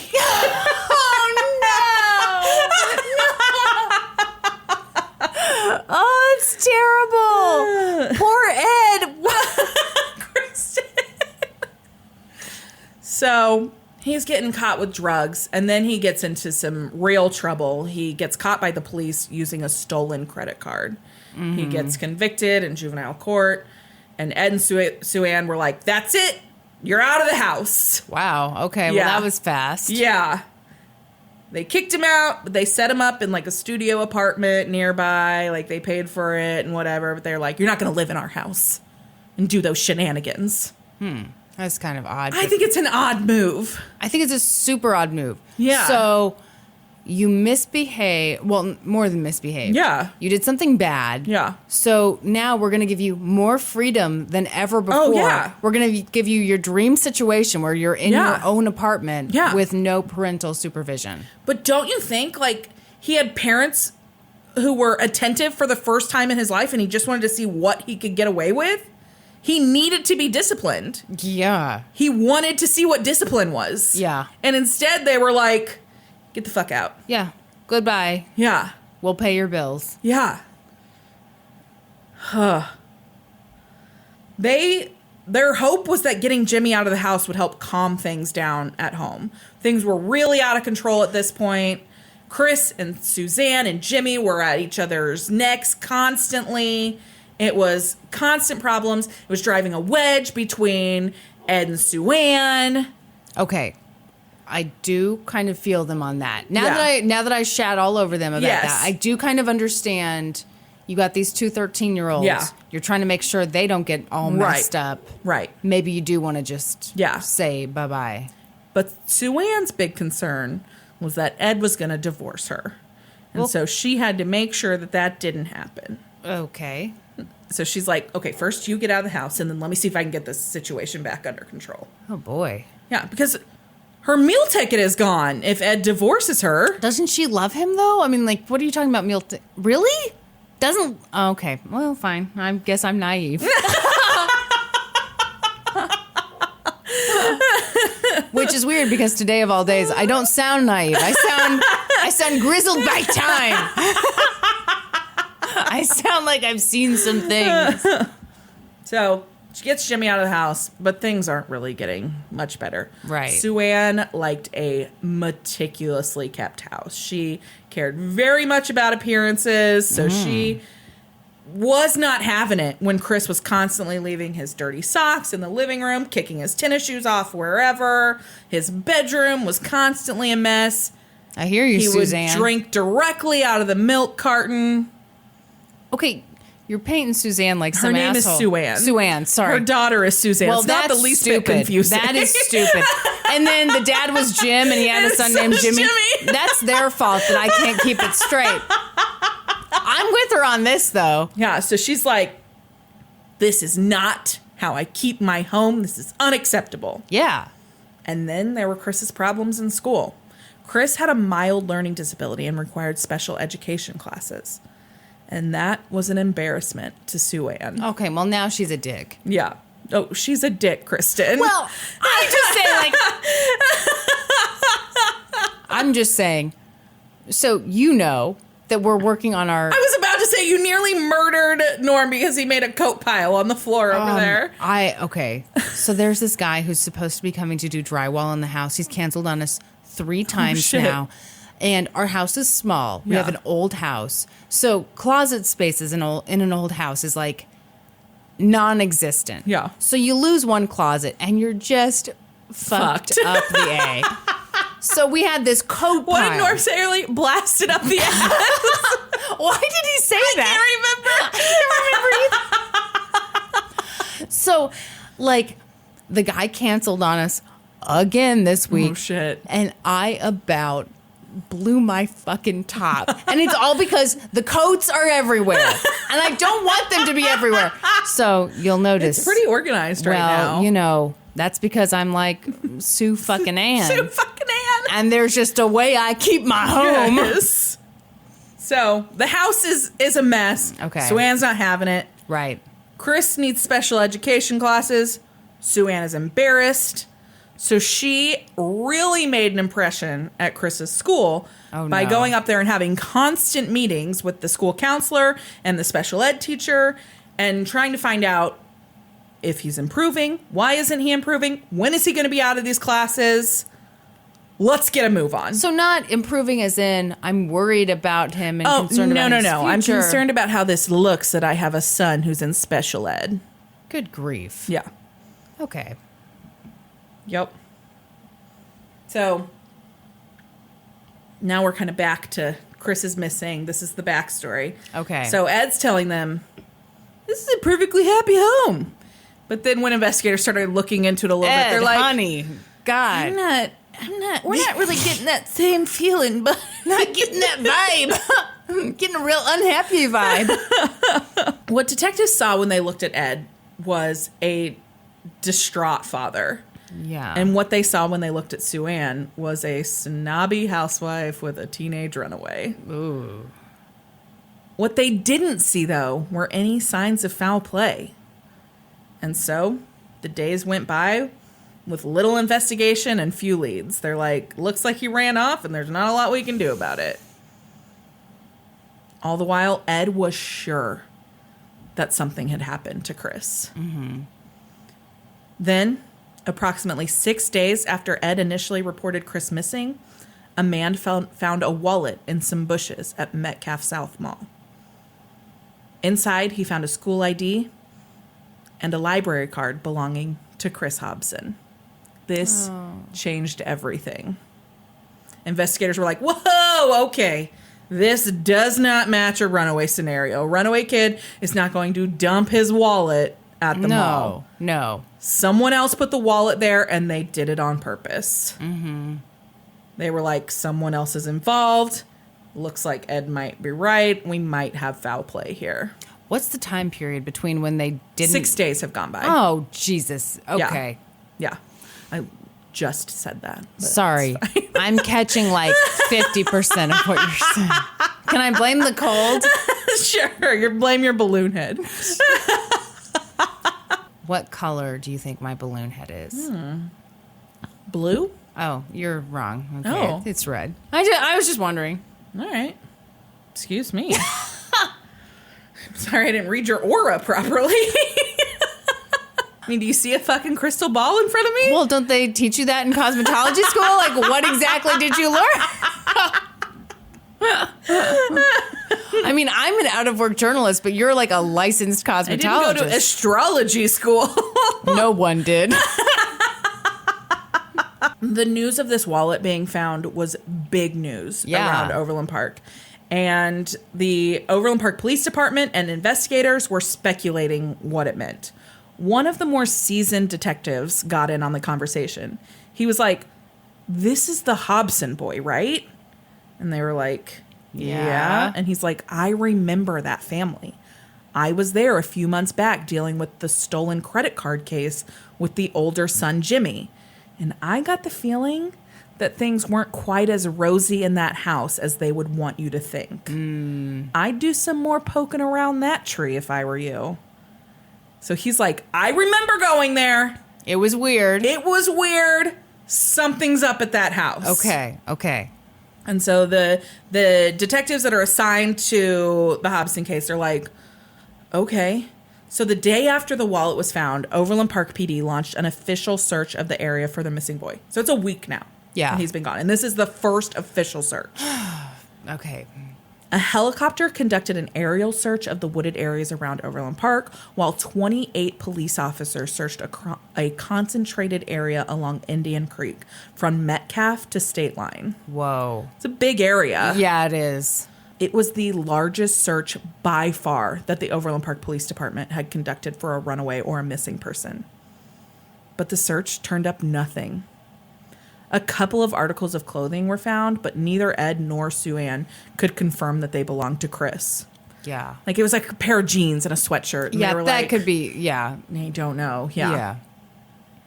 The days continued to pass with no sign of Chris. The police held a couple of press conferences asking anyone with information to come forward. They told the public that the disappearance was being investigated as a runaway, but they admitted that certain aspects of the case didn't match with a typical runaway case. Ed spoke on the press conferences. Sueanne and Suzanne just stood in the background, but Ed was like, my son would never run away. Yeah. I know something has happened to him. You have to help me. You have to help me bring him home. Yeah. But nothing happened. There was no sign of Chris and no leads to follow until May 1st. So by that time, Chris had been missing for 2 weeks. And it seemed like he had vanished without a trace. But around noon on May 1st, investigators received a call from Layla Anderson. Layla was a 18-year-old girl who went to Shawnee Mission South. Okay. She was like, I think I have some information on the missing Hobson boy. I think he's dead. Oh. The only detective available to take Layla's call was someone who only had like basic knowledge of the case. He hadn't been working on it directly. So he listened to Layla talk for a few minutes and then he stopped her and he asked her to come into the station and make an official statement. Yeah. The detective didn't know if there was any truth in what Layla told him or even if he believed what she had to say, but he knew one thing for sure. Layla, without a doubt, believed what she was saying was true. So Layla came to the station. They take her into an investigation room, and she makes an official tape-recorded statement to detectives. So they're like, okay, Layla, why don't you tell us everything you know from the beginning? Yeah. So Layla starts talking to them. She's like, yesterday, a friend of mine came up to me, and he told me that another friend of ours had been paid to kill the missing kid. He also told her, that friend also said that the kid's brother and the stepmother were involved. Wait, and the stepmother? Yep. Oh, no. The mother paid the brother and friend to kill the boy. No. Oh, my God. Yeah. So detectives are like, much like you, they're like, whoa, what the fuck? Yeah. What? And they're like, who's your friend? And she's like, my friend who was paid is Paul Sorrentino. And it was a name that police recognized. He was some little 16-year-old who was always into some kind of trouble, but nothing serious. He was good looking and well liked, but he thought he was hot shit. Yeah.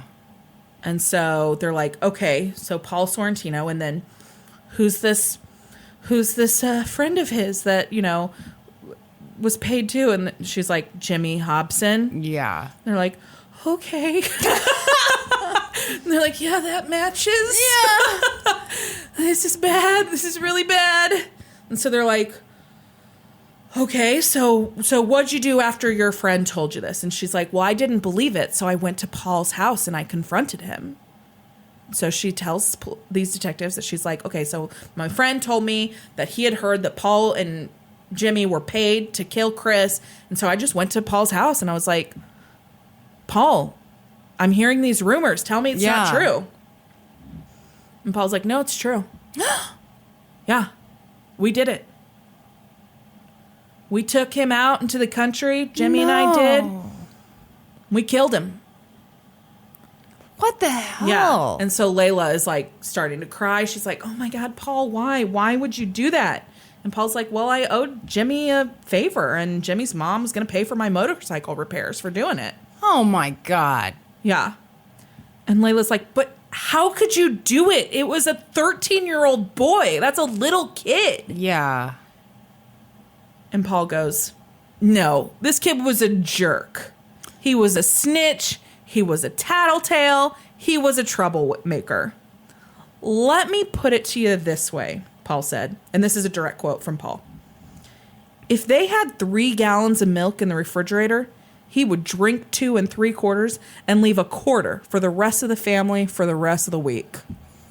Well, might as well kill him. I mean, what the fuck? I guess, here's the thing. I guess if you're going to decide that you're going to kill somebody, you have to decide that that person's evil, right? Yeah. Yeah. And I mean, if that's all the dirt you've got on That them, they drink too much milk. good grief. Yeah. Yeah. Oh my gosh. Yep. I'm still stuck on the fucking Sueanne. Being involved. Yeah. What the hell? Yeah. Yep. So Layla's like, you know, I talked to him about it and I'm like, I can't believe you did this. And he's like, yeah, it's done. It's no big deal. It's no big deal. We just took him out there. We did it. It's totally fine. It's just done. Nobody. Yeah. No. And so detectives are like, okay, do you know where he took him? Mm-hmm. And she's like, no, but I can find out. And they're like, do you feel comfortable doing that? Okay, no, they shouldn't send her back there. Yeah, and she's like, oh, yeah, you know, I put up a pretty good front, so I think if you guys need more information, I can get more information. No, totally. you don't send... Oh, Yeah. no. Yeah. No. I can get more information. No big deal. And so they're like, okay, well, you know, we really need to know where that body is, so... Then do that work your fucking if self. you can figure that out for us, that'd be a real big help, Layla. And so she leaves. Are you about to tell me that she gets hurt? No, she's fine. Okay. So she leaves and they're like, call us with any more information that you get. And so she calls him like 3 times that night. And she's like, I think it's somewhere off of 258th Street.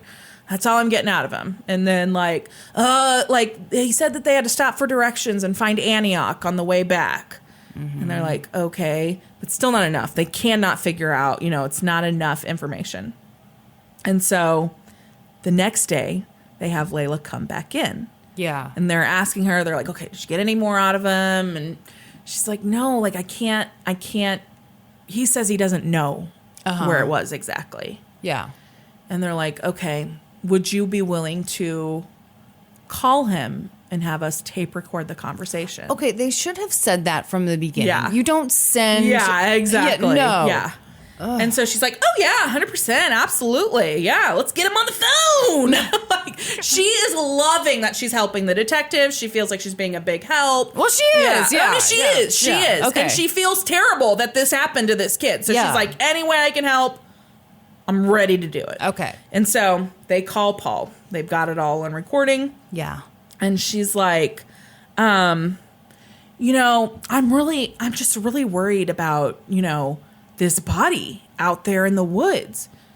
And he's like, well, don't worry about it. It's fine. Mm-hmm. And she's like, what if somebody finds it? And he's like, nobody's going to find it. And she's like, it's been out there for like a while now. It's going to stink. A dog's going to dig it up. Yeah. And he's like, no dog's going to dig it up. And she's like, I'm just really, you know, I'm in this now. Now that you've given me all this information, I'm in this. I need to make sure that I'm safe too. I'm thinking I'm going to drive out there and find it and make sure it's covered. Mm-hmm. And he's like, I mean, do what you want to do. And she's like, well, tell me where it is. And he's like, I don't know where it was. I was really fucked up when we went out there. We drank, we smoked pot. Like, I don't know exactly where it's at. Yeah. And he says the thing again about like somewhere off of 258th Street, somewhere in Miami County. They had to stop and get directions on the way back because they couldn't find Antioch. Yeah. So Antioch dead ends at this time. I don't know where it dead ends now, but Yeah. at this time it dead ended at 175th Street. You know what? I believe him.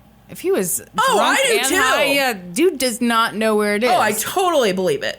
And so she's like, I just really think that you got to get out there and figure out, you know, make sure that body's safe. And he's like, I'm really not worried about it. And she's like, okay, but was the mud wet when you buried him? And he's like, well, yeah, like the dirt was moist. Mm-hmm. And she's like, it hasn't rained in 17 days. If that dirt was wet when you buried him, it has dried and shrunk by now, which means his body is probably exposed. Yeah, I'm sure that the detectives were feeding her that information. Of course. There's no way she fucking came with that on her own. And he's like, oh no, it's fine. He's like, when I buried him, like his hand started to come out. So I stomped on it and really buried it down good and then put some more dirt on top. I'm sure it's fine. What do you mean came out? Like he was alive? I don't know. Oh. Yeah. And so detectives are like, all right, that's great information that we just got on tape. Yeah. Yes, we've got him admitting that he buried him. Yeah. And so they get off the phone. Mm-hmm. And detectives are like, thank you, Layla, that was a huge help. Yeah. Please stay away from Paul, like, for your safety. Yeah. You know, once we arrest him, we're probably going to need you to testify. Right. And she's like, absolutely, you know, whatever I can do to help. Yeah. So she leaves, and detectives are like, okay, great. We have him talking about the murder. We have him admitting to burying the body, but we still don't know where the body is. Mm-hmm. It wasn't enough. It wasn't enough to make any arrests. Surely that's enough to make an arrest. They've got him on tape saying when I buried. Yeah, it's enough maybe to arrest him. But then Yeah, okay. It's a giveaway to Sueanne and Jimmy. Yeah, okay. Okay. And so they're like, we have got to find this body. Yeah. They needed a break. And that break would come the very next day. May 3rd. 2 teenage boys, 17 years old, are playing by Bull Creek in Miami County. Okay. They're fishing. Nothing's biting, so they're like, let's go searching around in the woods. Let's see if we can find some bigger worms. That's what they were looking for. They only had like little tiny worms. Nothing was biting. Let's go see if we can find some bigger worms. Oh, God. So they're rooting through the woods. They're poking stuff with sticks, trying to get worms to come out. But it hasn't rained. Yeah.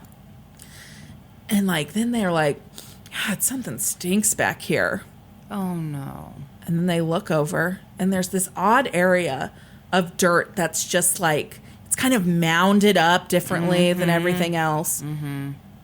And there's like a red piece of cloth sticking out from the dirt. So they go over, and they poke it, and it kind of moves. And so they kind of like poke it a little more with the stick, and they uncover it, and it's an arm. So they run. They take off running. Oh, they go God, home. those They poor call kids. the police. Police come out to the scene. They uncover a body. It is moving because it is full of maggots. Oh. It is badly decomposed. Oh. Yeah. So they take it back to the medical examiner's office, which happened at the time to be, I don't know where it is now, but it happened at the time to be at Shawnee Mission Medical Center. Okay. So they take it there to do an autopsy, and they pretty quickly are able to determine that by dental records that it's Chris Hobson. Oh, yeah. God. So they identify the body. They're like, okay, we got to bring these 3 suspects in, and we've got to do it without any of them knowing that we're bringing any of the other ones in. Okay, yeah, that's good. Yeah. So 3 groups of 2 detectives go out simultaneously to bring in each suspect. Yes. So the first group goes to Jimmy's apartment. They have police officers with them. They surround the building in case he runs. Yeah. They ring the doorbell. He answers the door. They introduce themselves. They're like, we'd like to take you down to the station to ask you some questions. And he's like, yep, I'll come. Comes willingly. No problems. Okay. Next 2 go to the Hobson home. Mm-hmm. They have not yet been told that they've found Chris. Yeah. So it's like midnight. Yeah. They go to the Hobson home, and Ed's like, what's going on?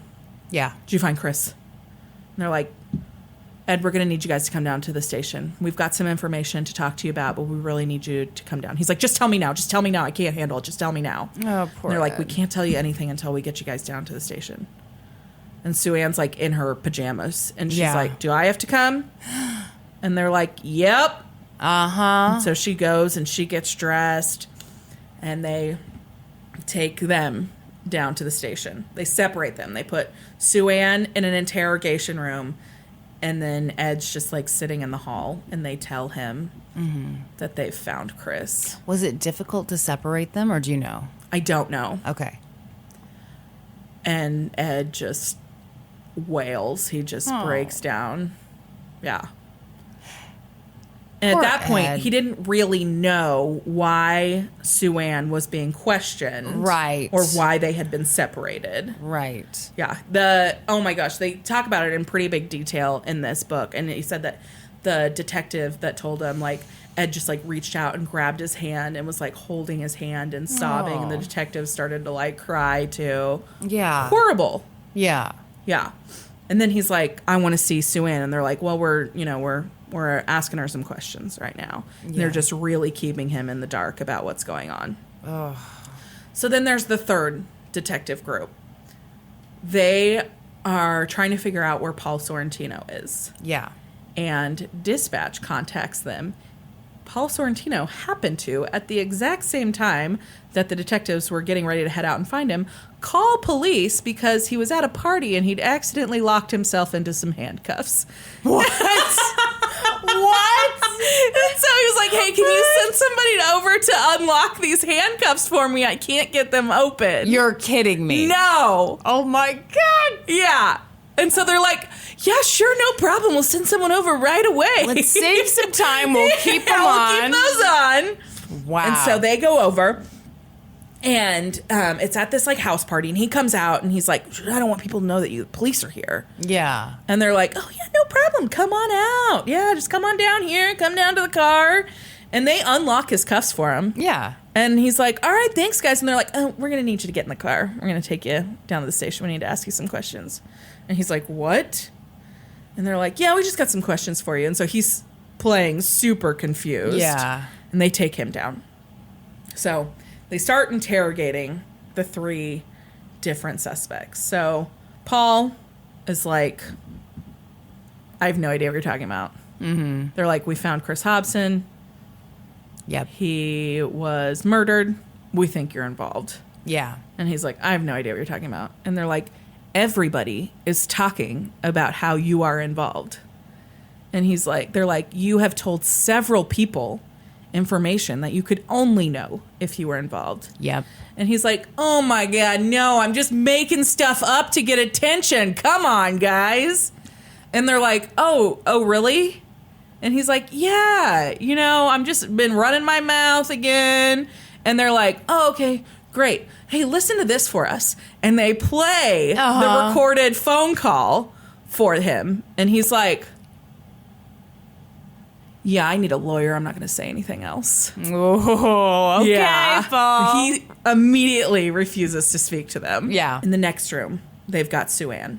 And they're like, we found Chris. He's dead.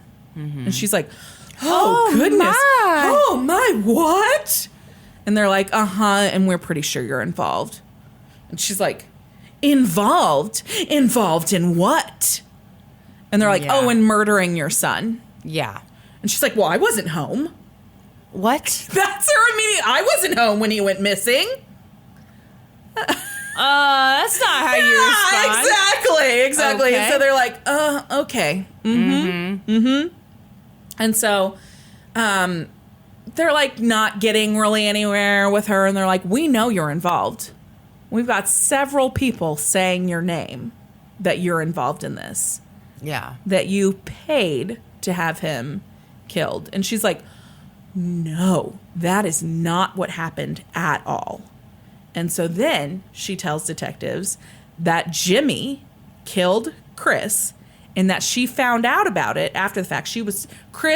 Jimmy was tired of Chris telling on him all the time. He knew that Chris was the one that got him in trouble for the stolen credit card. He knew that Chris was the one that was tattling on him for the drugs, which she pinned this on her own son. None of that was true. Chris was not involved in him getting in trouble for the drugs or the credit cards at all. Yeah, but he's like, he had enough.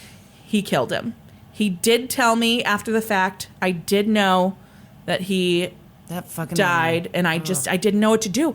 It's my son. I had to protect Jimmy. I had to protect my son. He's just, a troubled boy.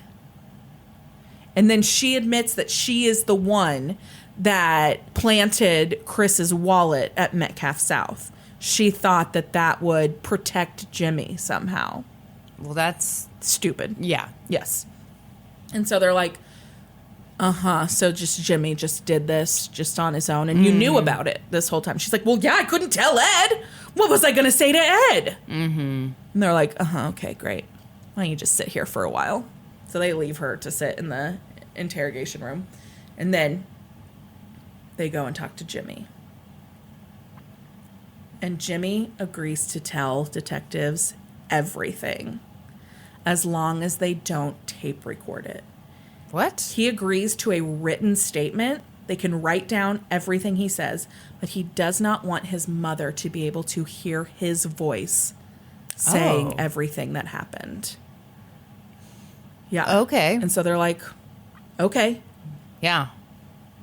And so he tells them everything.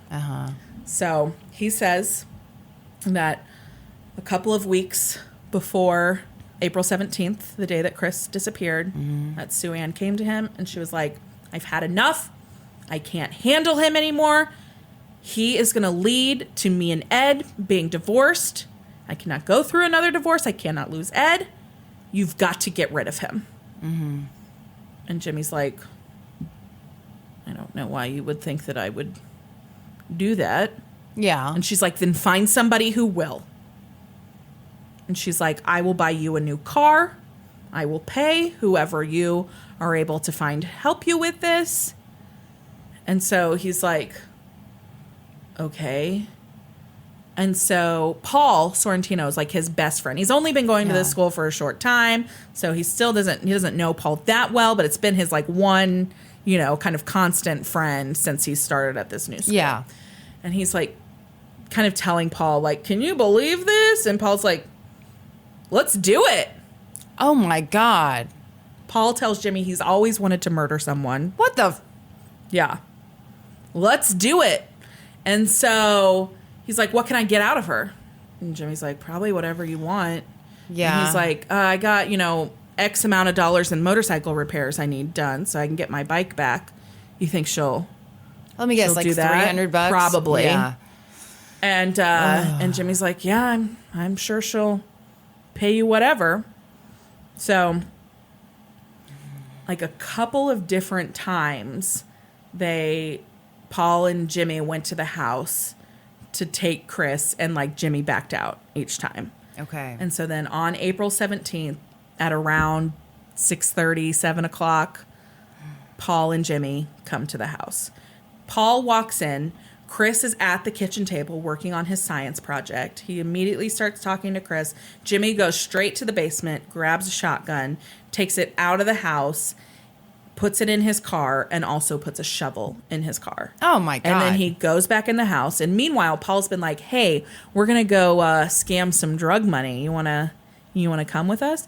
And Chris is 13. Yeah. He's getting attention from the cool older boys. And he's like, yeah, let's go. And so Jimmy's loaded the car up. He comes back in and Paul's like, hey, Chris is going to go with us. And Jimmy's like, okay, great. Oh. And so they all go get in the car. Paul is driving.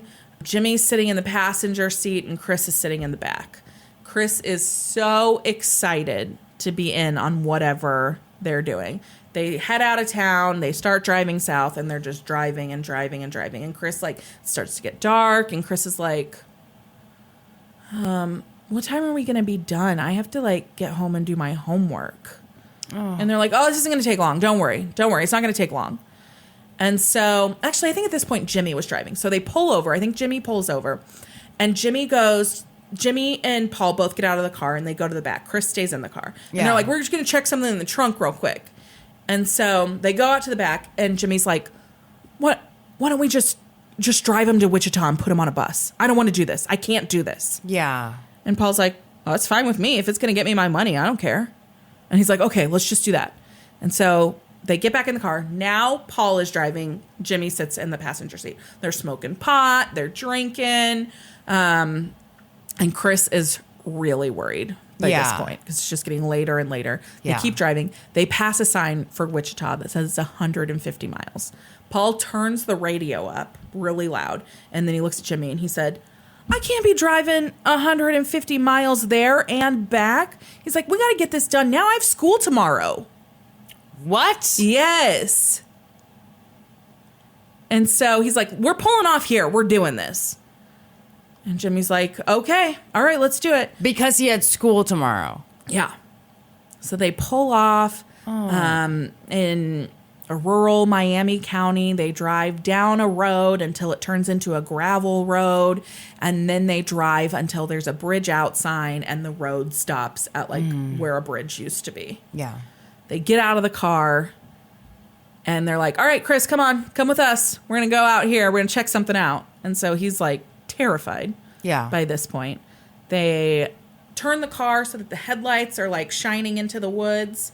And then Paul and Jimmy both grab a gun from the back. Paul had already had his gun in. Jimmy had loaded the shotgun from the house in the back of the car. And they give Chris the shovel. And they all walk out into the woods. And they tell Chris to dig a hole. Oh. So for the next hour and a half, Chris digs a 6 foot by 4 foot by 3 foot deep hole. He started to cry because it's late and he's scared and his hands are bleeding from digging this hole. Every time he tries to stop, Paul yells at him. Paul and Jimmy are standing there with guns. He has no idea what's going on. Oh. And he finishes digging the hole. And Jimmy looks at it and he's like, well, let's square these corners off. And so Jimmy goes over and he squares the corners off. And then Paul's like, Chris, why don't you try it on for size? Lay down in it. Oh, fuck. So they make him lay down in the hole. And then Jimmy stands at his feet. Paul stands at his head. They count to 3. Paul shoots him once in the chest, like chest or jaw area. Chris starts to try and get up. Jimmy shoots him a second time. And he is clutching at the gunshot wound. He's trying to get up. And Jimmy's like, shoot him again. He can feel it. You've got to kill him. And so Paul shoots him a final time in the head and he dies. God, that poor kid. Fucking terrible. They, spend the next 5 minutes just in a fog, operating at full adrenaline, just burying the body as fast as they can. They pick up the shotgun shells. They put the guns back in the car and they drive back to town. And they go to school the next day. Oh my God. Yep. And Jimmy can't handle what he's done. Yeah. He's racked with guilt. And Paul is beyond proud of what he did. He can't stop bragging about it to everyone. Kids know, parents know, but everybody is afraid of Paul. That he could do something to them. Yeah. And so nobody had the guts to say anything except for Layla. Wow. Yeah. Poor Chris. You knew he knew what was going to happen while he's digging that hole. Yeah. Yeah. I mean, your only hope is that he was so naive and young that he didn't know. But he had to have been scared. I'm sure he was terrified. Yeah, the whole time he's like, guys, I got to get back. My dad's going to be so mad. Yeah. Oh, God. Oh, it's terrible. So May 4th of 1981, 1980. Jimmy and Paul were placed under arrest. Mm-hmm. They were transferred to Miami County, and they were charged with first-degree murder. So their trials would be held in Miami County because that is where the murder happened. Right. So back to Sueanne. So she's been sitting in an interrogation room for hours. Yeah. She's like, I didn't have anything to do with this. Ed is sitting there bawling over he's just gotten this news that his son has been murdered. Yeah. But he has no idea where Sueanne is or what's going on. And so detectives come out and they tell him, we're placing Sueanne under arrest. We believe that she was involved in your son's murder. And he's like, no, she was his mother. She loved him. She never could have done that. Oh, God, Ed. So that same, like in the, I don't know, 4 o'clock in the morning, 6 o'clock in the morning, they place Sueanne under arrest. And she's like, oh, can I keep my jewelry on? And they're like, what? No, you can either put it in this envelope and we'll lock it up for you, or you can send it home with someone. And so I keep my jewelry on? Yeah, so she takes off, she has all these gold necklaces on and her giant diamond ring, all of this. She takes it off and puts it all into a envelope, and they actually send it home with her friend. So in the meantime, before they had arrested Sueanne, they had brought Suzanne in to question as well. And Sueanne did not know that she was there. And they're like, do you know anything about Chris's disappearance? We think that your brother and your mother are involved. And she said, the day that Chris disappeared, I was in the car with Mom, and we stopped at Jimmy's apartment, and they had a conversation outside of the car. All I heard Mom say was, I'm done. You've got to get rid of Chris. Oh, well. And so they're like, what do you think she meant by that? And she's like, I don't really know what she meant by that, but I just know she wanted him gone. Yeah. And so they're like, okay, great, that's plenty, thanks. Yeah, it sure is. Yeah. And so before they arrest Sueanne, she's allowed to talk to Suzanne. Really? And she's like, what did you tell them? And she's like, well, I told them about the conversation that you had with Jimmy the day that Chris went missing. Mm-hmm. Where you said that you wanted to get rid of Chris. Mm-hmm. And she's like, oh, I think you misunderstood that conversation. That's not what that meant. And she tries to brainwash Suzanne. Her. Yes. Yep. And so detectives are like, all right, that's enough. They place Sueanne under arrest. They send Suzanne home. So Jimmy and Paul's cases are moving forward in Miami County Court, but they're having trouble with Sueanne's case. She's been charged in Johnson County with one count of conspiracy to commit murder, with an intention to add a first-degree murder charge as the other cases developed, and they were able to maybe get them to testify against her. Yeah. But both boys were refusing to testify against Sueanne. What? Yes.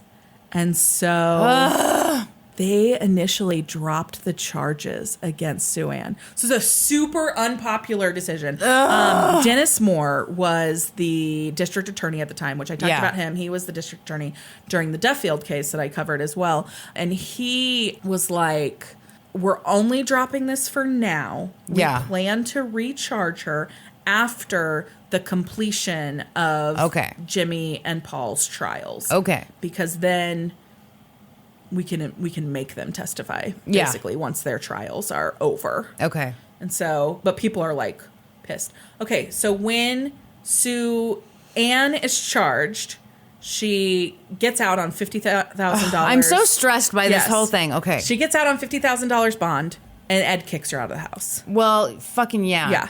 When the charges are dropped, he's like, oh, you're innocent. Okay, come on back home. No. Yes. No, Ed. Yes. They get back together. Yes. Oh, Ed. Yeah. Terrible. So bad. So, in the meantime, Jimmy and Paul are refusing to testify against Sueanne, and without their testimony, a conviction against her is not going to be possible. Yeah. So they drop those charges. Ed and Sueanne get back together. Jimmy pled not guilty, and his trial began in April of 1981. Sueanne testified at his trial. Okay. But it was decided that she could not testify about the murder. She could only testify about his life leading up to that point. She could talk about his childhood. She could talk about the trouble that he'd gotten into with the drugs and the credit cards, but she could not talk about his or her potential involvement in Chris's murder because it could possibly implicate her somehow. Okay. And it was just, I don't know. I don't remember if it was her attorney that decided that or if it was like a judgment in the court that she could not. Okay. So she only testified about his early childhood. Very odd. Very odd. All right. Yes. All right. They had Jimmy's statement. His defense was that he didn't have a choice. Yeah. That he was involved in the murder. He did do it, but he had no choice. His mother made him. It was an emotional trial. Ed testified as well about the loss of his son and how he had tried to bring Jimmy into his house and treat him like he was his own and whatever. But on May 1st, Jimmy was found guilty of first-degree murder, and he was sentenced to life in prison. Yeah. Paul Sorrentino took a deal. Jimmy was actually offered this same deal, and he turned it down. Paul pled guilty to 1 count of first-degree murder as an aider and abettor. So under that, it carried a life sentence, just like a first-degree murder charge does, but it holds the possibility of parole at this time anyway, after only 8.5 years. Wow. Yes. So he pled guilty. In return, he would have to testify at Sueanne's trial. Yeah. So he was sentenced to life in prison, but with the possibility of parole after 8.5 years. Yeah. As expected, charges of conspiracy to commit murder and first-degree murder were refiled against Ed Hobson in June of 1981. So after both Jimmy and Paul, their trials had wrapped up, they'd both been sentenced, whatever. Her trial began in May of 1982. Jimmy, Paul, and Suzanne all testified at trial. Yeah. About all the stuff that they had talked to investigators about, everything. Everything Suzanne had heard, the entire chain of events that had happened. The defense called only one character witness. They could only find one? It was Ed. No. Ed testified in her defense.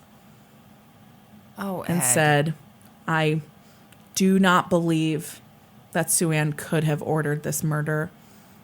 She loved Chris like he was her own. There's no way she could have done this. What was Ed's deal? I don't know. Okay. I think Ed was probably just He'd had enough trauma in his life and he didn't want to believe. He just wanted love. Yeah. Yeah. Yeah. On May 11th, 1982, a jury found Sueanne guilty of both charges, both conspiracy to commit murder and first-degree murder. She was sentenced to life in prison. Good. Yes. Ed stayed by her side. You're kidding In me. 1993, they divorced because Sueanne was like, at that time, he was 50 years old. And she was like, you need to have a life. This is his version of events. I would be shocked if she was that nice. But yeah, she was like, you don't need to be married to me. You need to have a life. He visited her every week in prison. Yeah. Oh, my God. And so, I don't even know what to say to this. Yeah. So in 1993, they got divorced. And Ed became very involved in a support group, Parents of Murdered Children. Okay. So it's a group that meets. It's all obviously pretty self-explanatory. All people whose children have been murdered. He was very involved in the group. They did panels. They went and spoke at schools. Right. All kinds of stuff. And it was just like a grief support group as well. Right. He became like the co-leader of the group. He was very, very involved until in the early 2000s, late 90s, early 2000s, they found out that he was actively arguing at Sueanne's parole hearings for her release. Oh. And they asked him to leave the group. Yeah. They're like, we cannot support you if you are arguing in support of someone who's convicted of murdering your son. Yeah. Yeah. And he was asked to leave the group.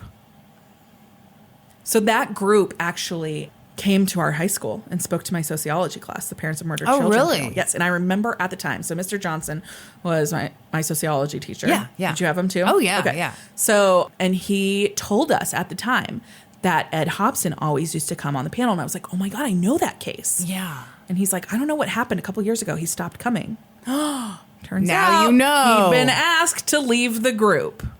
Wow. So, yeah. So he argued like at 8 of her parole hearings. Uh-huh. And he, even after they got divorced, he still continued to visit her. He refused to move on. Yeah. He continued to stay by her side. He believed 100% that she was innocent. And Jimmy and Paul committed this murder on their own and that she had nothing to do with it. Jimmy was paroled in 1999. Wow. Yep. Okay. Paul Sorrentino was paroled In like the 80s, 2004. right? Oh, why'd he stay in so long? Because he was not a great prisoner. And Okay, he thought he was great, but he was not. Just because you're eligible for parole Yeah, in it doesn't mean you're gonna does get not it. mean you're going to get it. Because while he pled guilty, he played down his role. He was really not. And Jimmy claimed full responsibility for his role in it. Yeah. Other than the fact that he said he didn't have a choice. Yeah. Which I imagine to some degree he thought he didn't have a choice, probably. See, I feel like there should be an extra little special law to this where you solicit murder. Okay, you go away for this many years. Yeah. When you involve teenagers in the crime, you should get some years added for that because that's insane. You're exerting your power as an adult over teenagers. Yeah.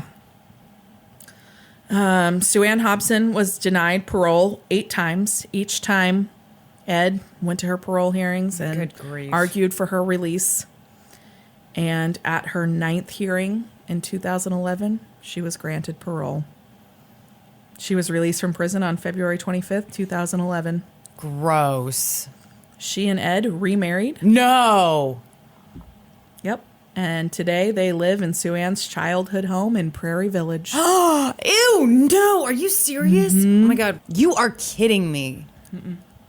How can they afford to live in Prairie Village after all that? Their parents, it's her childhood home, so I'm sure it was just left to her. It's an estate thing. Yeah. Wow. Can you believe that he's still fucking married to her? No. No, I can't. There's something wrong there. I 100% agree. Yeah. But he's convinced himself that she had nothing to do with it and that she was wrongly convicted and wrongly imprisoned for 30 years. At her last parole hearing, Wow. Ed at that time was living in the Prairie Village home, and like the homeowners association argued at the parole hearing about her being released and moving into their they neighborhood. didn't want her to come back. Yeah. Wow. Oof. I just cannot imagine being supportive of someone who was convicted of murdering or ordering the murder of your child. No. Like, yes, maybe she didn't actually pull the trigger, but Yeah. it never would have happened.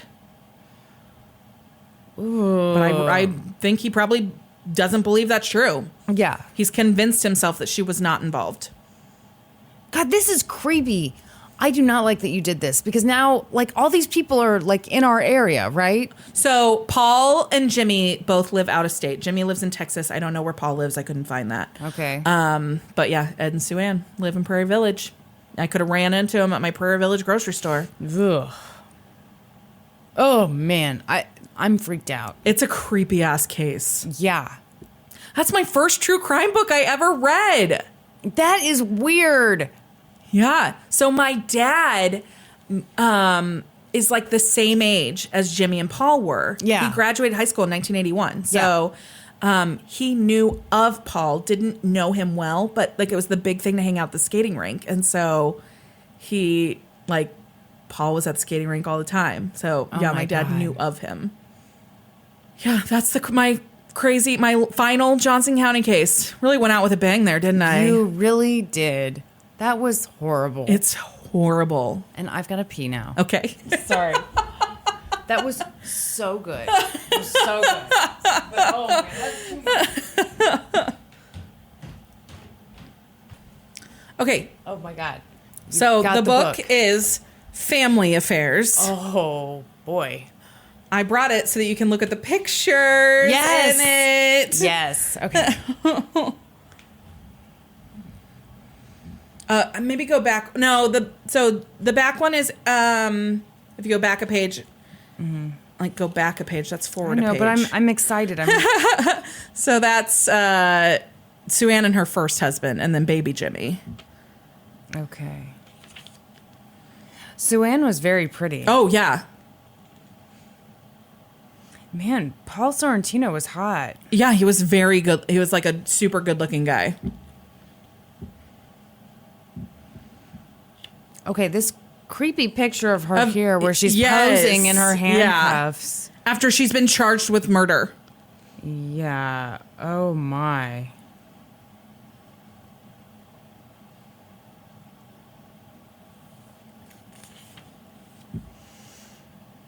Oh, this is so disturbing. Mm-hmm. What the hell? Mm-hmm.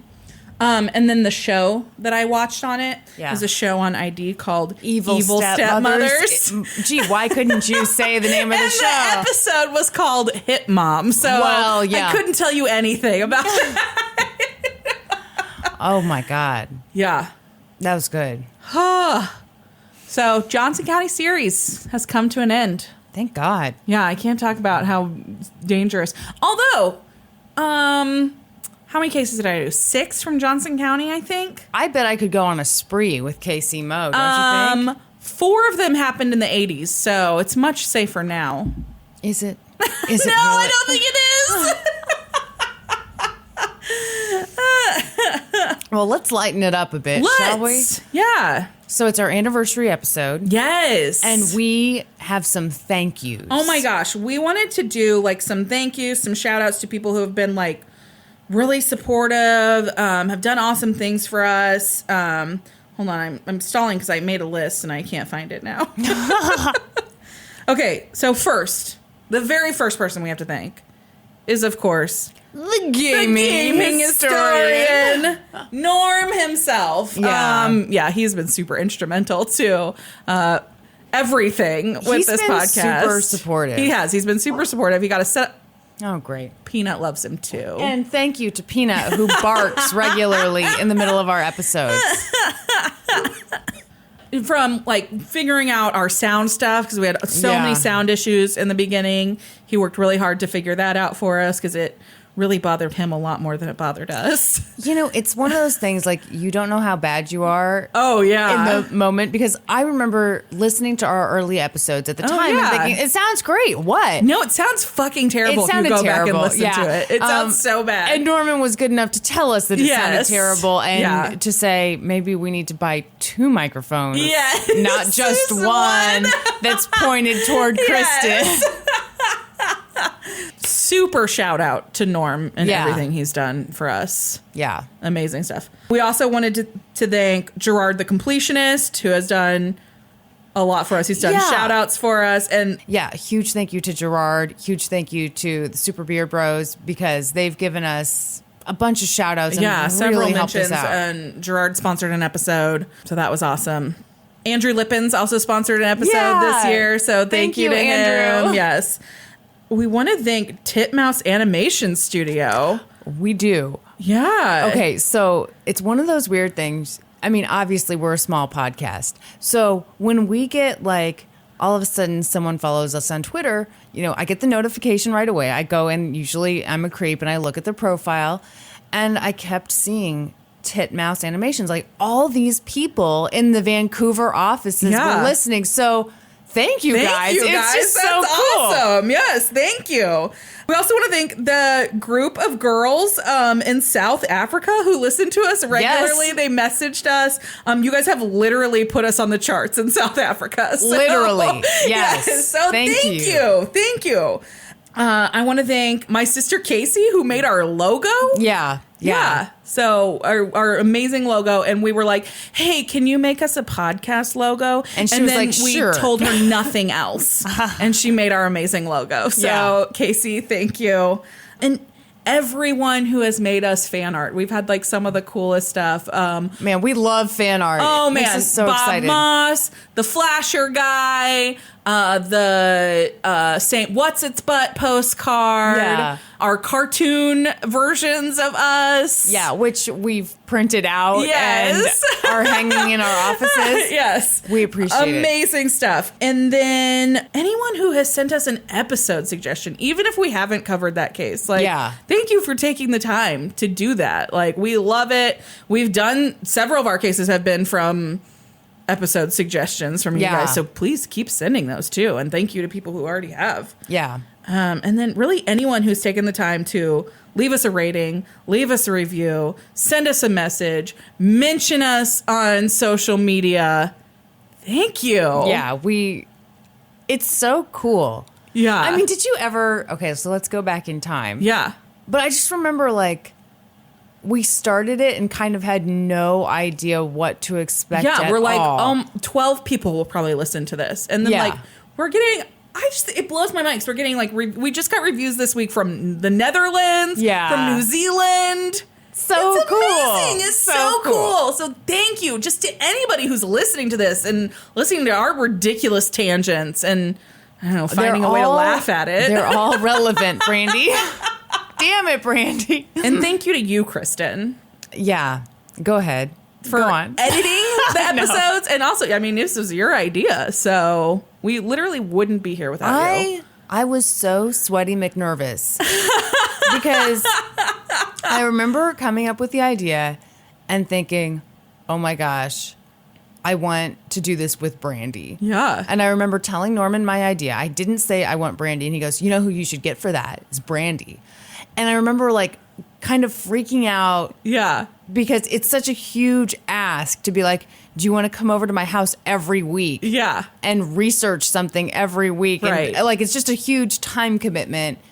And I was like, man, if she says no, I don't know what I'm going to do. And you responded like immediately. Yeah. Like, sure. It's been so fun. And without getting too cheesy, the best part is getting to hang out with you all the time. I feel the same way. Yes. Yeah. I do too. Seriously. So, thank you guys for listening to a year of episodes. Woo! Yeah. Oh my gosh. Here's to many more years of episodes. Yeah. Hopefully we'll have plenty of ideas for future episodes. We just talked about this. What were we saying earlier? So we were sitting around eating our cake. Yeah. And like how sad it would be if one of us was like, and I'm done. Yeah. So we've made it a year and this is my last episode. Never. I would be devastated. I would be devastated. If you came in and you were like, I'm done. I would be devastated too. Because I was thinking about this last night. Like, it has been so much fun just to do this. Yeah, it's been a blast. I don't know what our end game is here, but I don't either. But I'm having it. a good time. Yeah. So. And we hope you guys are too. Oh man, thanks for putting up with our ridiculousness. We do. Yeah. Whew. Yeah. I don't know how you guys listen to me laugh every week. Oh boy, it's just terrible, isn't it? It is. It's been so fun. Please continue to listen. I mean, if you want to. If you don't want to, that's fine too, I guess. No, Brandi, be a good salesperson. Oh. Listen, whether you want to or not. Yeah. Damn it. Yeah, remember what we said. If you listen to episodes more than once, your skin gets clearer, brighter, and that hair thicker, more lustrous. Yes, that is the truth. These claims have not been verified by the FDA. Hey, the federal government is in shutdown now. They're not monitoring any of this. Good things will happen, folks. Seriously, thank you to everybody who's listened. And please be sure Be sure. Be sure to join us next week When we'll be experts on 2 whole new topics. Podcast adjourned. And now for a note about our process. I read a bunch of stuff, then regurgitate it all back up in my very limited vocabulary. And I copy and paste from the best sources on the web, and sometimes Wikipedia. So we owe a huge thank you to the real experts. For this episode, I got my info from the LA Times, the Associated Press, newspapers.com, People Magazine, Gizmodo, and Wikipedia. And I got my info from the book Family Affairs by Andy Hoffman, The Pitch, United Press International, and an episode of the ID show Evil Stepmothers. For a full list of our sources, visit lgtcpodcast.com. Any errors are, of course, ours, but please don't take our word for it. Go read their stuff.